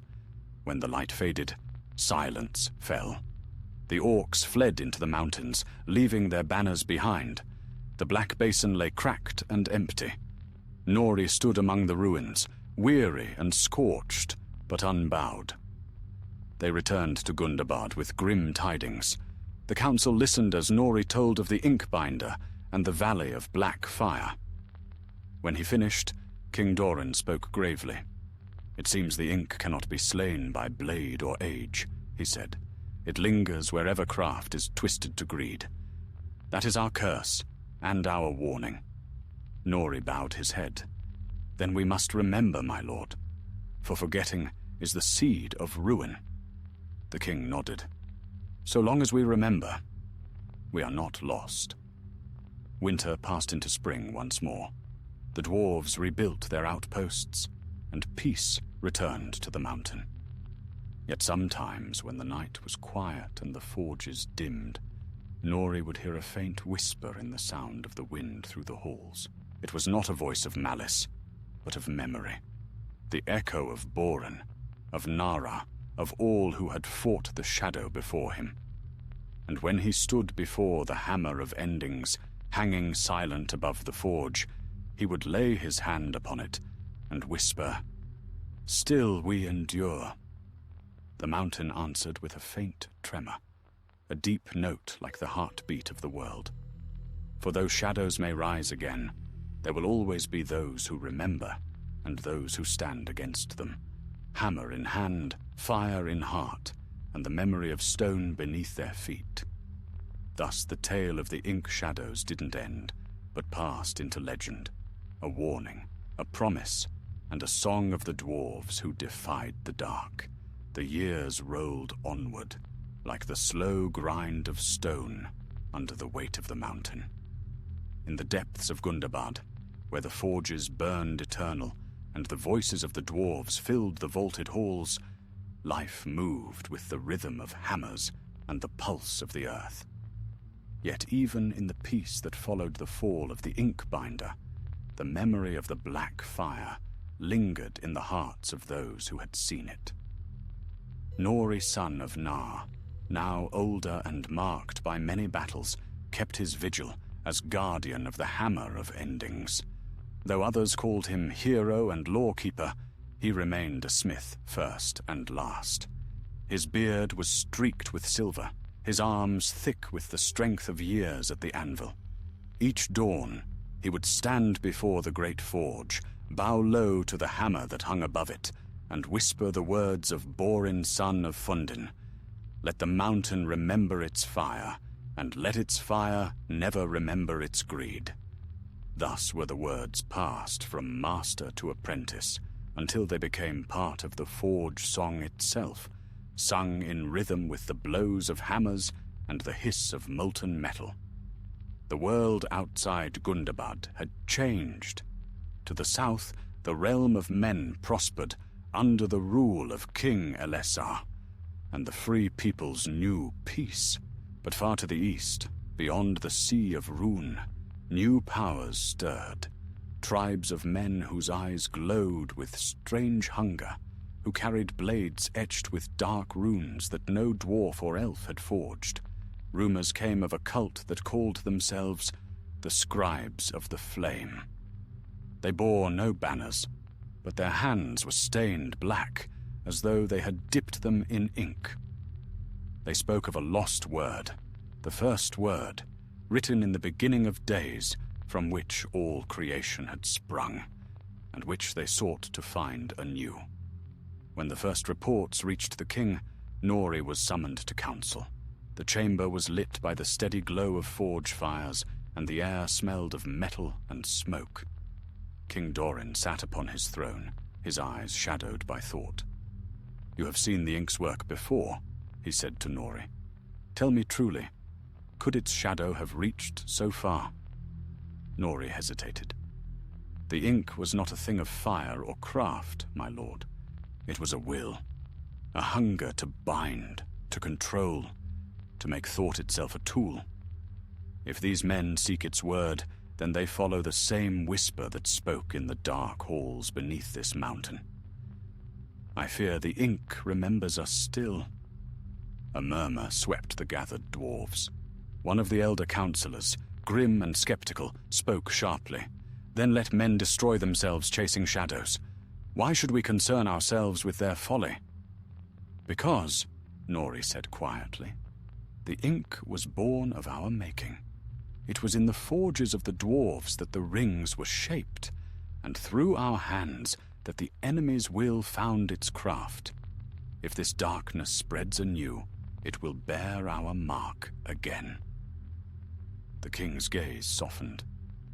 Then what would you have us do? Send me east, said Nori. Let me see with my own eyes if this darkness is truly born anew. The mountain cannot fight what it does not understand. After a long silence, Dorin nodded. So be it. You will not go alone. Take a company of your choosing. Go with the blessing of Gundabad. Within a fortnight, Nori departed. With him went 7 companions, stone wardens, smiths, and warriors, all sworn to silence in the craft of shadow forging. Their road led them down from the mountains into the plains of Run, where the wind blew cold across endless grass, and the stars burned sharp in the heavens. For many days they found no sign of the scribes, only abandoned camps and the charred remains of villages, where the walls were scrawled with words in a tongue none knew. At night, strange lights flickered on the horizon, and the earth beneath their feet trembled faintly, as though something deep within it turned in uneasy sleep. On the 12th day, they came upon a ruin, a great stone circle half buried in the dust. Within it stood an altar of black rock, smooth and seamless, as if it had been poured rather than carved. And there, sitting before it, was a man. He was cloaked in tattered robes, his hair white as frost, his skin pale as parchment. In his hands he held a quill made of bone, and before him lay a scroll that shimmered faintly in the dying light. "Who approaches?" the man said without raising his head. His voice was calm, almost weary. Nori stepped forward. "We are travelers from the west. We seek the scribes of the flame." At that, the man smiled faintly. "Then you have found one." He looked up, and Nori saw that his eyes were ink black from corner to corner. "I am the keeper," he said, "the last who remembers the first word." Nori's hand went to the haft of his axe. "And what word is that?" The keeper's smile widened. "The one that binds all others. The word that shaped stone and fire and flesh alike. It lies hidden still, but when it is found, it will make the world anew. Do you not wish to see creation remade?" "The world needs no remaking," Nori said. "Only remembering. What you seek was born of ruin."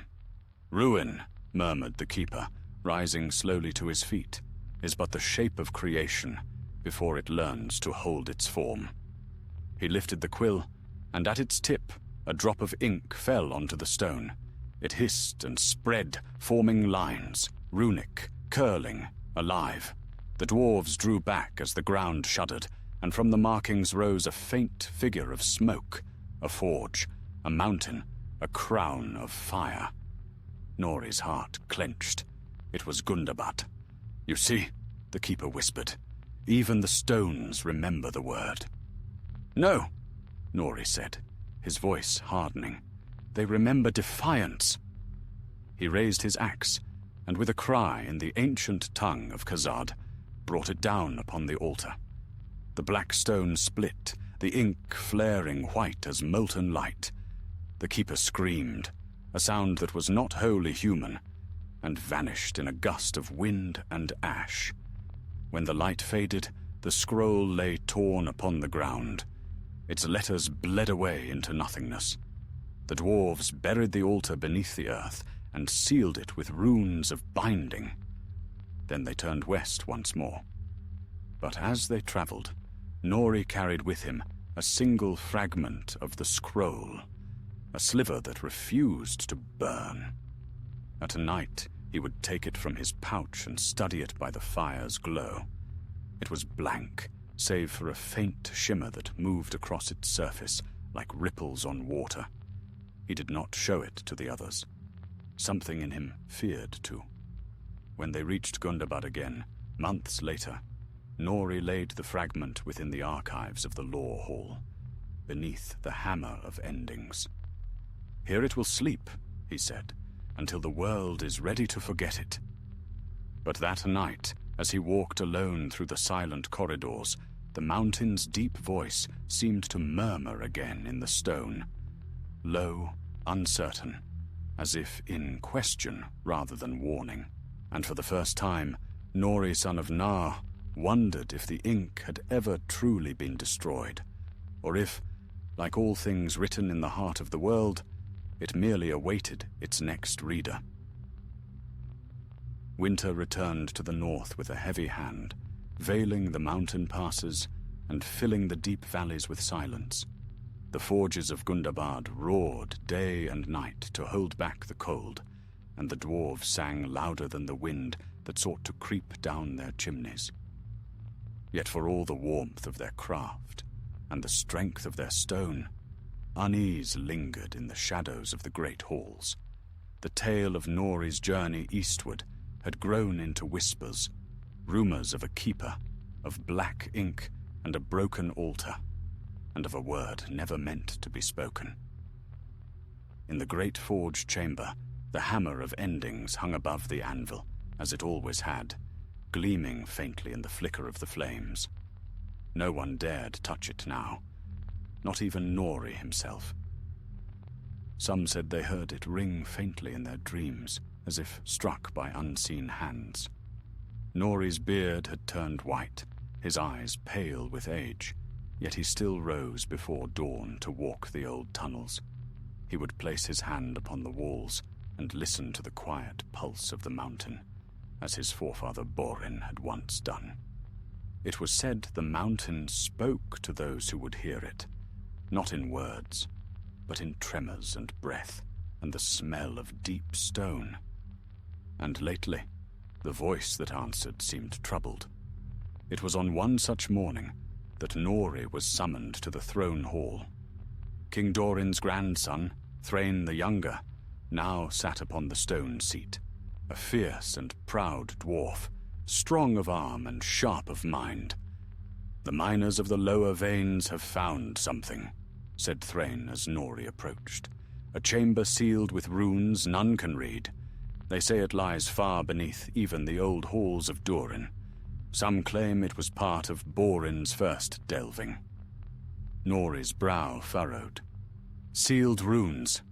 That was the work of the exiled smith Nara. She sealed many dark things in her time. None should be broken without cause. The king leaned forward. "You are the eldest of those who remember her craft. Come with me and see for yourself." They descended deep into the belly of the mountain, through shafts lit by blue forge fire and corridors untouched by sunlight since the elder days. The air grew hot and close, carrying the scent of ore and stone dust. At last they came to the sealed passage. Its archway was carved with ancient runes that shimmered faintly, though no light struck them. The symbols were strange, half dwarvish, half something older, their edges blurred as though written in smoke. "The miners struck it by accident," said Thrain, running a hand along the carvings. "Since then the air has turned foul, and the lamps burn low. What do you make of it?" Nori bent close, his fingers tracing the stone. "These are her marks, aye, but beneath them another hand has worked. The strokes twist, as though fighting against the first. It is a ward, but also a prison." "Then something lies within," said the king. Nori nodded grimly. Something she did not wish to see daylight again. Despite his warning, Thrain ordered the runes broken. "We cannot live in fear of our own stone," he said. "Whatever lies beneath, we will master it." It took 3 days of labor before the seal gave way. When at last the final rune shattered, a sound like a sigh escaped the darkness beyond. The torches dimmed, and a cold wind blew from the opening, smelling of old iron and ink. Behind the wall lay a vast chamber, circular and smooth as a forge bowl. At its center stood a single pedestal, upon which rested a slab of dark stone. It gleamed as though wet, though no water touched it. "What is this?" murmured Thrain. Nori stepped closer. His torchlight revealed faint symbols etched into the slab, lines of script that seemed to shift when the eye turned away. "It is a tablet," he whispered. "But not of our making. This is older, far older than the mountain itself." He reached out, but stopped short as the air trembled. A voice, faint and familiar, brushed his thoughts like a whisper across parchment. "The word endures." Nori stumbled back, his face pale. "Seal it again," he said. "At once!" But Thrain shook his head. "No, we will understand it. If this is what my forefathers feared, then it is our right to claim it." Before Nori could protest, the king laid his hand upon the slab. The runes flared. A surge of black light filled the chamber, and the dwarves were thrown back as if struck by a gale. The torches went out. For a heartbeat, all was darkness. Then a dull red glow rose from the slab, pulsing like a heart. When the light faded, the king stood motionless, his hand still pressed to the stone. His eyes had turned black. "Nori," he said softly, though it was not the king's voice that spoke. "You have come at last." The old dwarf's knees trembled. "Who speaks?" "The shadow you buried," came the reply. "The ink you spilled. I am the word that Borin sought to unmake, and you have written me anew." The slab cracked, and from it poured a mist like smoke made solid. It took the shape of a great figure, robed in shifting darkness, its face hidden, its hands like black glass. The dwarves fled, but Nori stood firm, his heart hammering. "You will not take this mountain again," he said. The creature's laughter rolled through the chamber like thunder. "The mountain is mine already. I am written in its memory." The battle that followed would be sung for generations. The shadow spread through the lower halls, devouring light and sound. Dwarves fought with axe and fire, sealing tunnel after tunnel, yet the ink seeped through every crack. In the heart of the forge, Nori took his stand before the hammer of endings. "Once more, then," he whispered. "Once more for Borin, for Nara, for all who came before." He struck the anvil with all his strength, calling the mountain's name. The hammer rang, and the sound shivered through the stone. The very mountain groaned in answer, its roots trembling. In the sealed chamber, the shadow reeled, its form breaking apart as the walls shook. "You cannot unwrite me!" it roared. "Then I will burn the page!" cried Nori. He struck again. The forges erupted, fire flooding the tunnels. Stone cracked, and molten light poured through the darkness like dawn breaking in the deep. When the tremors ceased, the mountain stood wounded, but whole. The shadow was gone.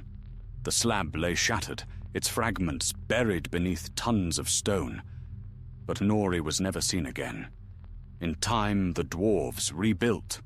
They said the mountain had spoken its last word that day, sealing the ink's fate forever. Yet in the deepest forge, where the hammer of endings hung, some swore they could hear the faint ring of metal upon stone, as if someone still worked in the unseen depths below. And so they sang once more the song of Borin's line, the tale of those who fought shadow with fire, and met it not with despair, but with the strength of stone.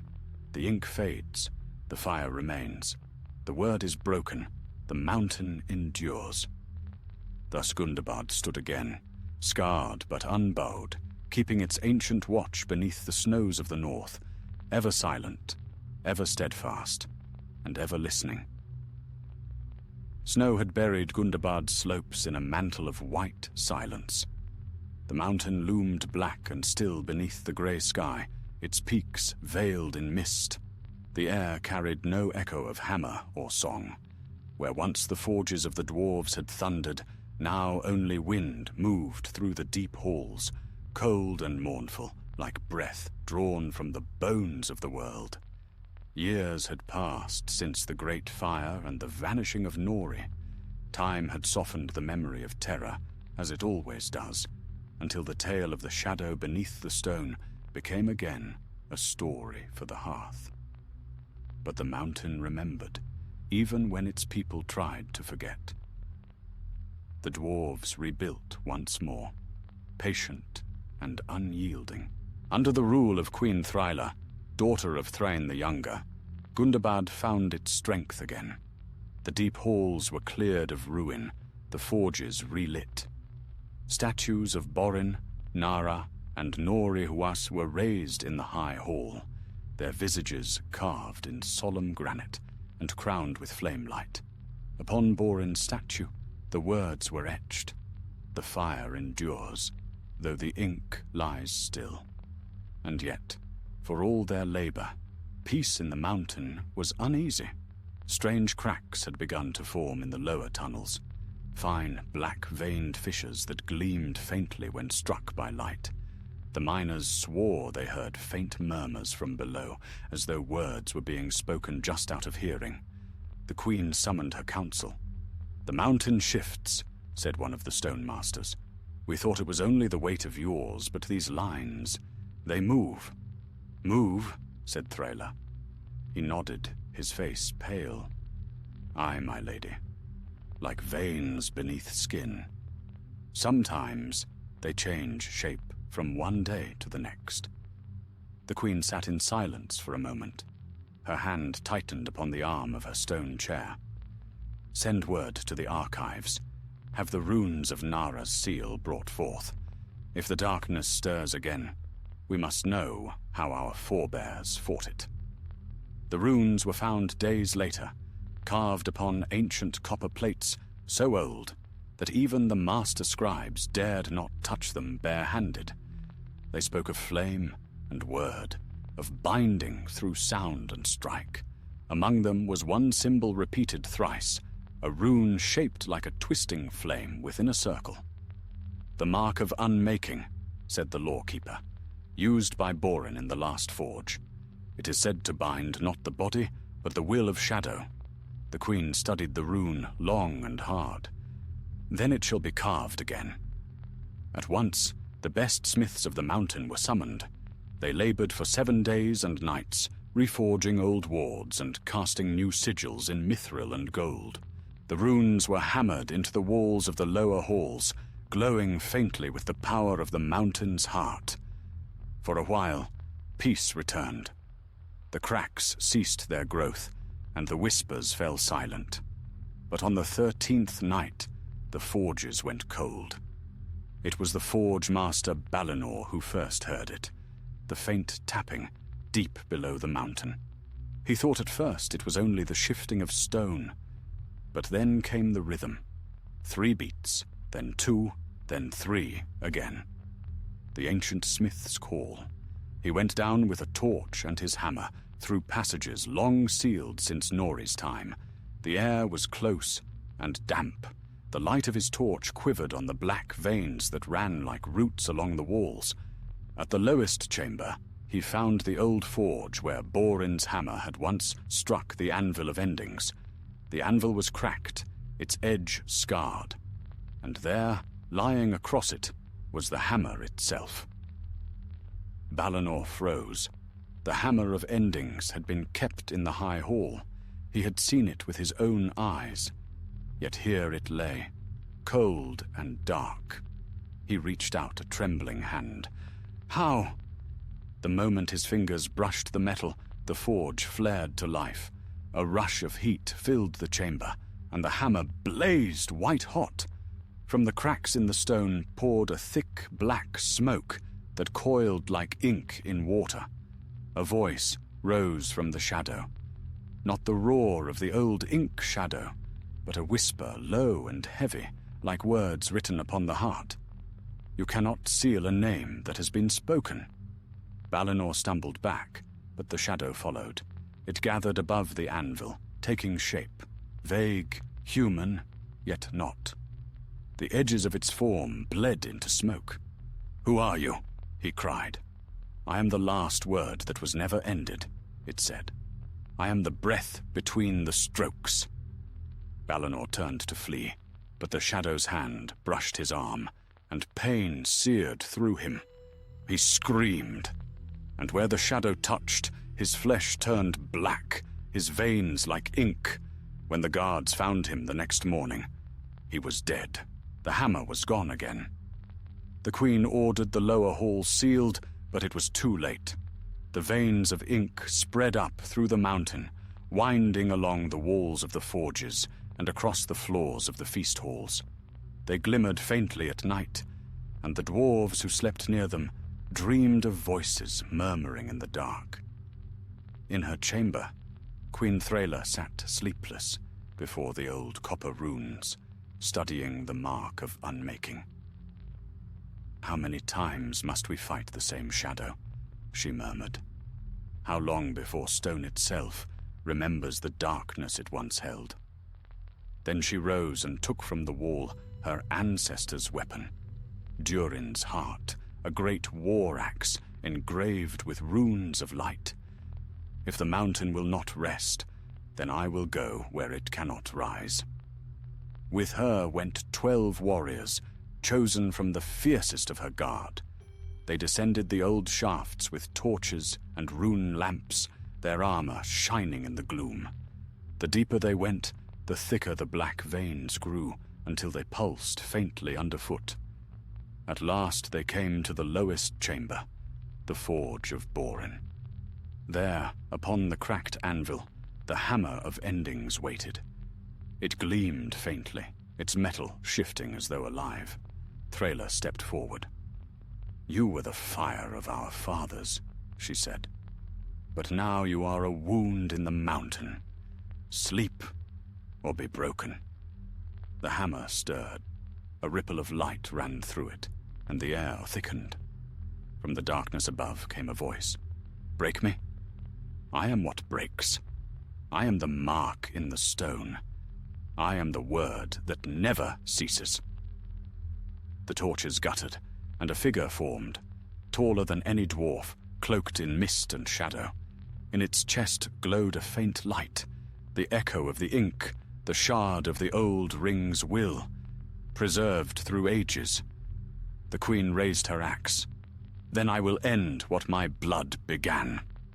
The chamber erupted in flame. The dwarves fought like thunder, their axes biting through shadow, but the figure grew with every blow. The veins upon the walls throbbed, pulsing faster, and the ground shook. Threla struck again and again, calling upon the names of her forefathers, Borin, Nara, Nori. At her cry, the hammer of endings rose from the anvil, glowing white as dawn. "Strike!" she shouted. It flew to her hand. With one final blow, she brought it down upon the heart of the shadow. Light burst forth, searing, pure, like molten stars poured into the deep. The walls cracked, the forge roared, and the mountain groaned like a living thing. When the light faded, the chamber was silent. The veins were gone. The shadow was dust. Threla stood alone, the hammer cold in her hands. Her warriors lay fallen, their faces peaceful, their armor untarnished. She looked upward, toward the ceiling of stone. "Rest now," she whispered. "Your word is ended." They found her 3 days later, kneeling beside the cold forge, the hammer of endings laid across her lap. Her eyes were open, but her heart had stopped. The dwarves carried her body to the high hall and buried her beside the statues of Borin and Nara and Nori. Upon her tomb, they carved a single line: "The mountain sleeps again." And indeed, Gundabad lay quiet once more. The black veins never returned. The forges burned steady and clean. Yet sometimes, when the wind swept through the northern peaks, the dwarves swore they heard a single sound rising faintly from the depths below. The slow, rhythmic beat of a hammer upon stone, steady as the heart of the world. A century passed beneath the snows of the north. Gundabad stood tall and silent, her crown of peaks glittering with frost, her roots sunk deep into the bones of the world. The line of Thryla endured, and her name became legend, the queen who silenced the mountain's sorrow, who held the hammer of endings and struck down the last breath of shadow. Songs were sung of her in Erebor and in Dale, and even in the distant Iron Hills the smiths would lift their hammers in her honor before kindling their first forge fire of the year. Peace settled once more upon the northern realm. The dwarves rebuilt their bridges and halls, and in the forges the anvil song rose again, strong and sure. The mountain seemed healed. The black veins were gone, and no whisper stirred beneath the stone. Yet mountains remember, even when memory has faded in the hearts of living things. It was in the reign of King Barin the Steadfast, Thryla's grandson, that the first change came. It began with the sound of water. The deep cisterns, ancient wells that ran through the heart of Gundabad, began to murmur strangely. The dwarves heard it first at night, a faint rhythm like words lost beneath the surface. At times it seemed only the gurgle of shifting ice. At others, it sounded uncannily like a voice. Barin laughed at such fears. "Let the water speak if it must," he said. "It has earned its say after ages of silence." But the elders were uneasy. "Water remembers too," they said. "The ink may have slept in fire, but it could wake in the flood." The king gave no heed. He had been born in peace and had never known the true dread of shadow. He ordered new mines, delved beneath the western spur of the mountain, and in his zeal to uncover silver and gems, the miners struck through old stone that had lain sealed since Borin's time.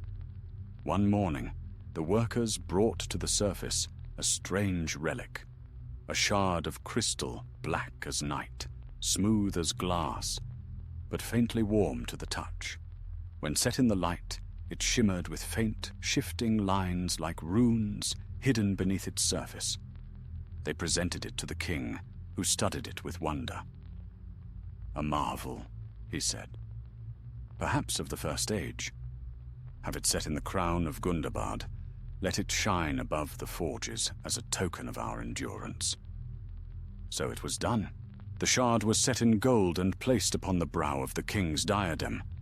That night, as he sat upon his throne, its dark gleam filled the hall with strange reflections. The days that followed were quiet, yet unease grew. The forges burned hotter, the walls dripped with condensation, and the song of the hammers faltered. Those who slept near the deep halls dreamed of water running black, of letters forming and unforming on its surface. Some awoke to find their hands stained with soot that would not wash away. Then, during the feast of midwinter, the mountain trembled. The dwarves fell silent as the torches flickered, and the sound of a deep rumble rose from beneath their feet. A faint cry echoed through the lower halls, a sound like the moaning of stone. King Barin rose, his crown gleaming. "The mountain shifts," he said, trying to calm his people. "Fear not. Gundabad has endured storms greater than this." But even as he spoke, the black crystal upon his crown flared with light. A chill swept the hall. The dwarves watched as the light spilled downward, crawling like smoke along the walls, tracing runes that burned briefly before vanishing. Barin staggered, clutching his head. "Do you hear it?" he gasped. The words beneath the mountain." The hammer of endings, which hung above the dais, began to tremble. A clear, ringing sound filled the air. The echo of Borin's forge carried across 100 years. Then the light from the crown extinguished. Barin collapsed, and the dwarves rushed to his side. When they lifted him, they found the shard dark once more, lifeless, but the king's eyes were black as ink. He lived, but not as before. His speech slowed, and when he did speak, his words carried a strange cadence, as though he listened to voices no one else could hear. He began to withdraw into silence, working long hours alone in the royal forge, shaping things none had seen before, rings of black steel, smooth as glass, etched with runes that glowed faintly red when the firelight struck them. "Master," one apprentice whispered, "what do they say?" The king smiled faintly. "They say what all things say when they are given their true name. They remember." Rumor spread through the halls. Some said the king no longer slept, that he sat by the forge at all hours, whispering to the flame. Others claimed that when he walked the corridors, the walls behind him glistened faintly, as though wet. Finally, the Council of Elders confronted him. "The shard was of the ink," they said. "It should never have been set in gold. The hammer of endings must be used again." Barin laughed, and his laughter echoed too long in the hall. "The hammer," he said, "a relic of fear. It silenced the mountain once. But the mountain is not meant to be silent. It has words yet unspoken." That night, the queen fled the royal forge, her face white as ash. She told the guards that the king had cast the hammer of endings into the great fire, saying, "Let the word be struck once more."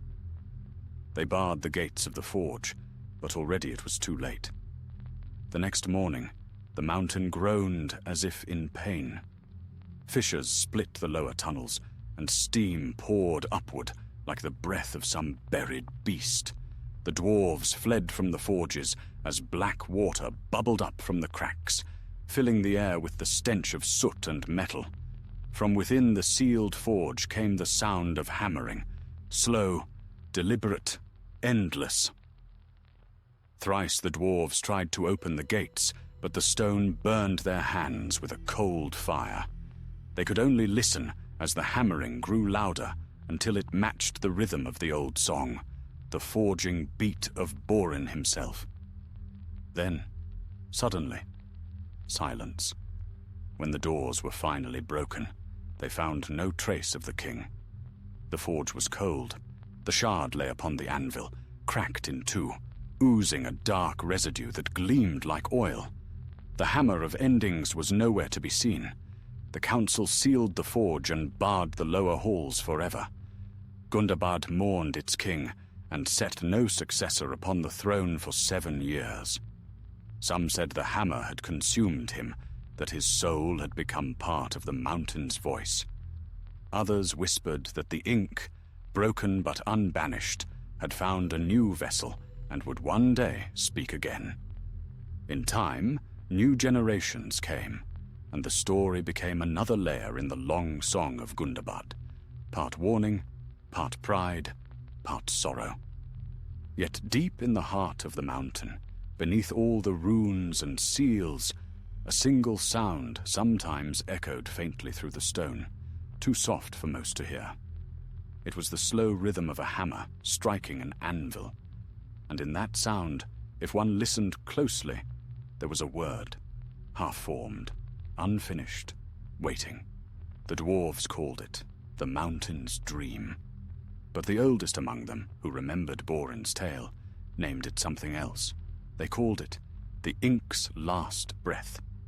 And so the story of the dwarf's ring, of shadow and fire and word, passed once more into legend, yet not into silence. For in Middle-earth, no darkness ever truly dies. It only waits, written in the bones of the world, until a hand dares again to turn the page.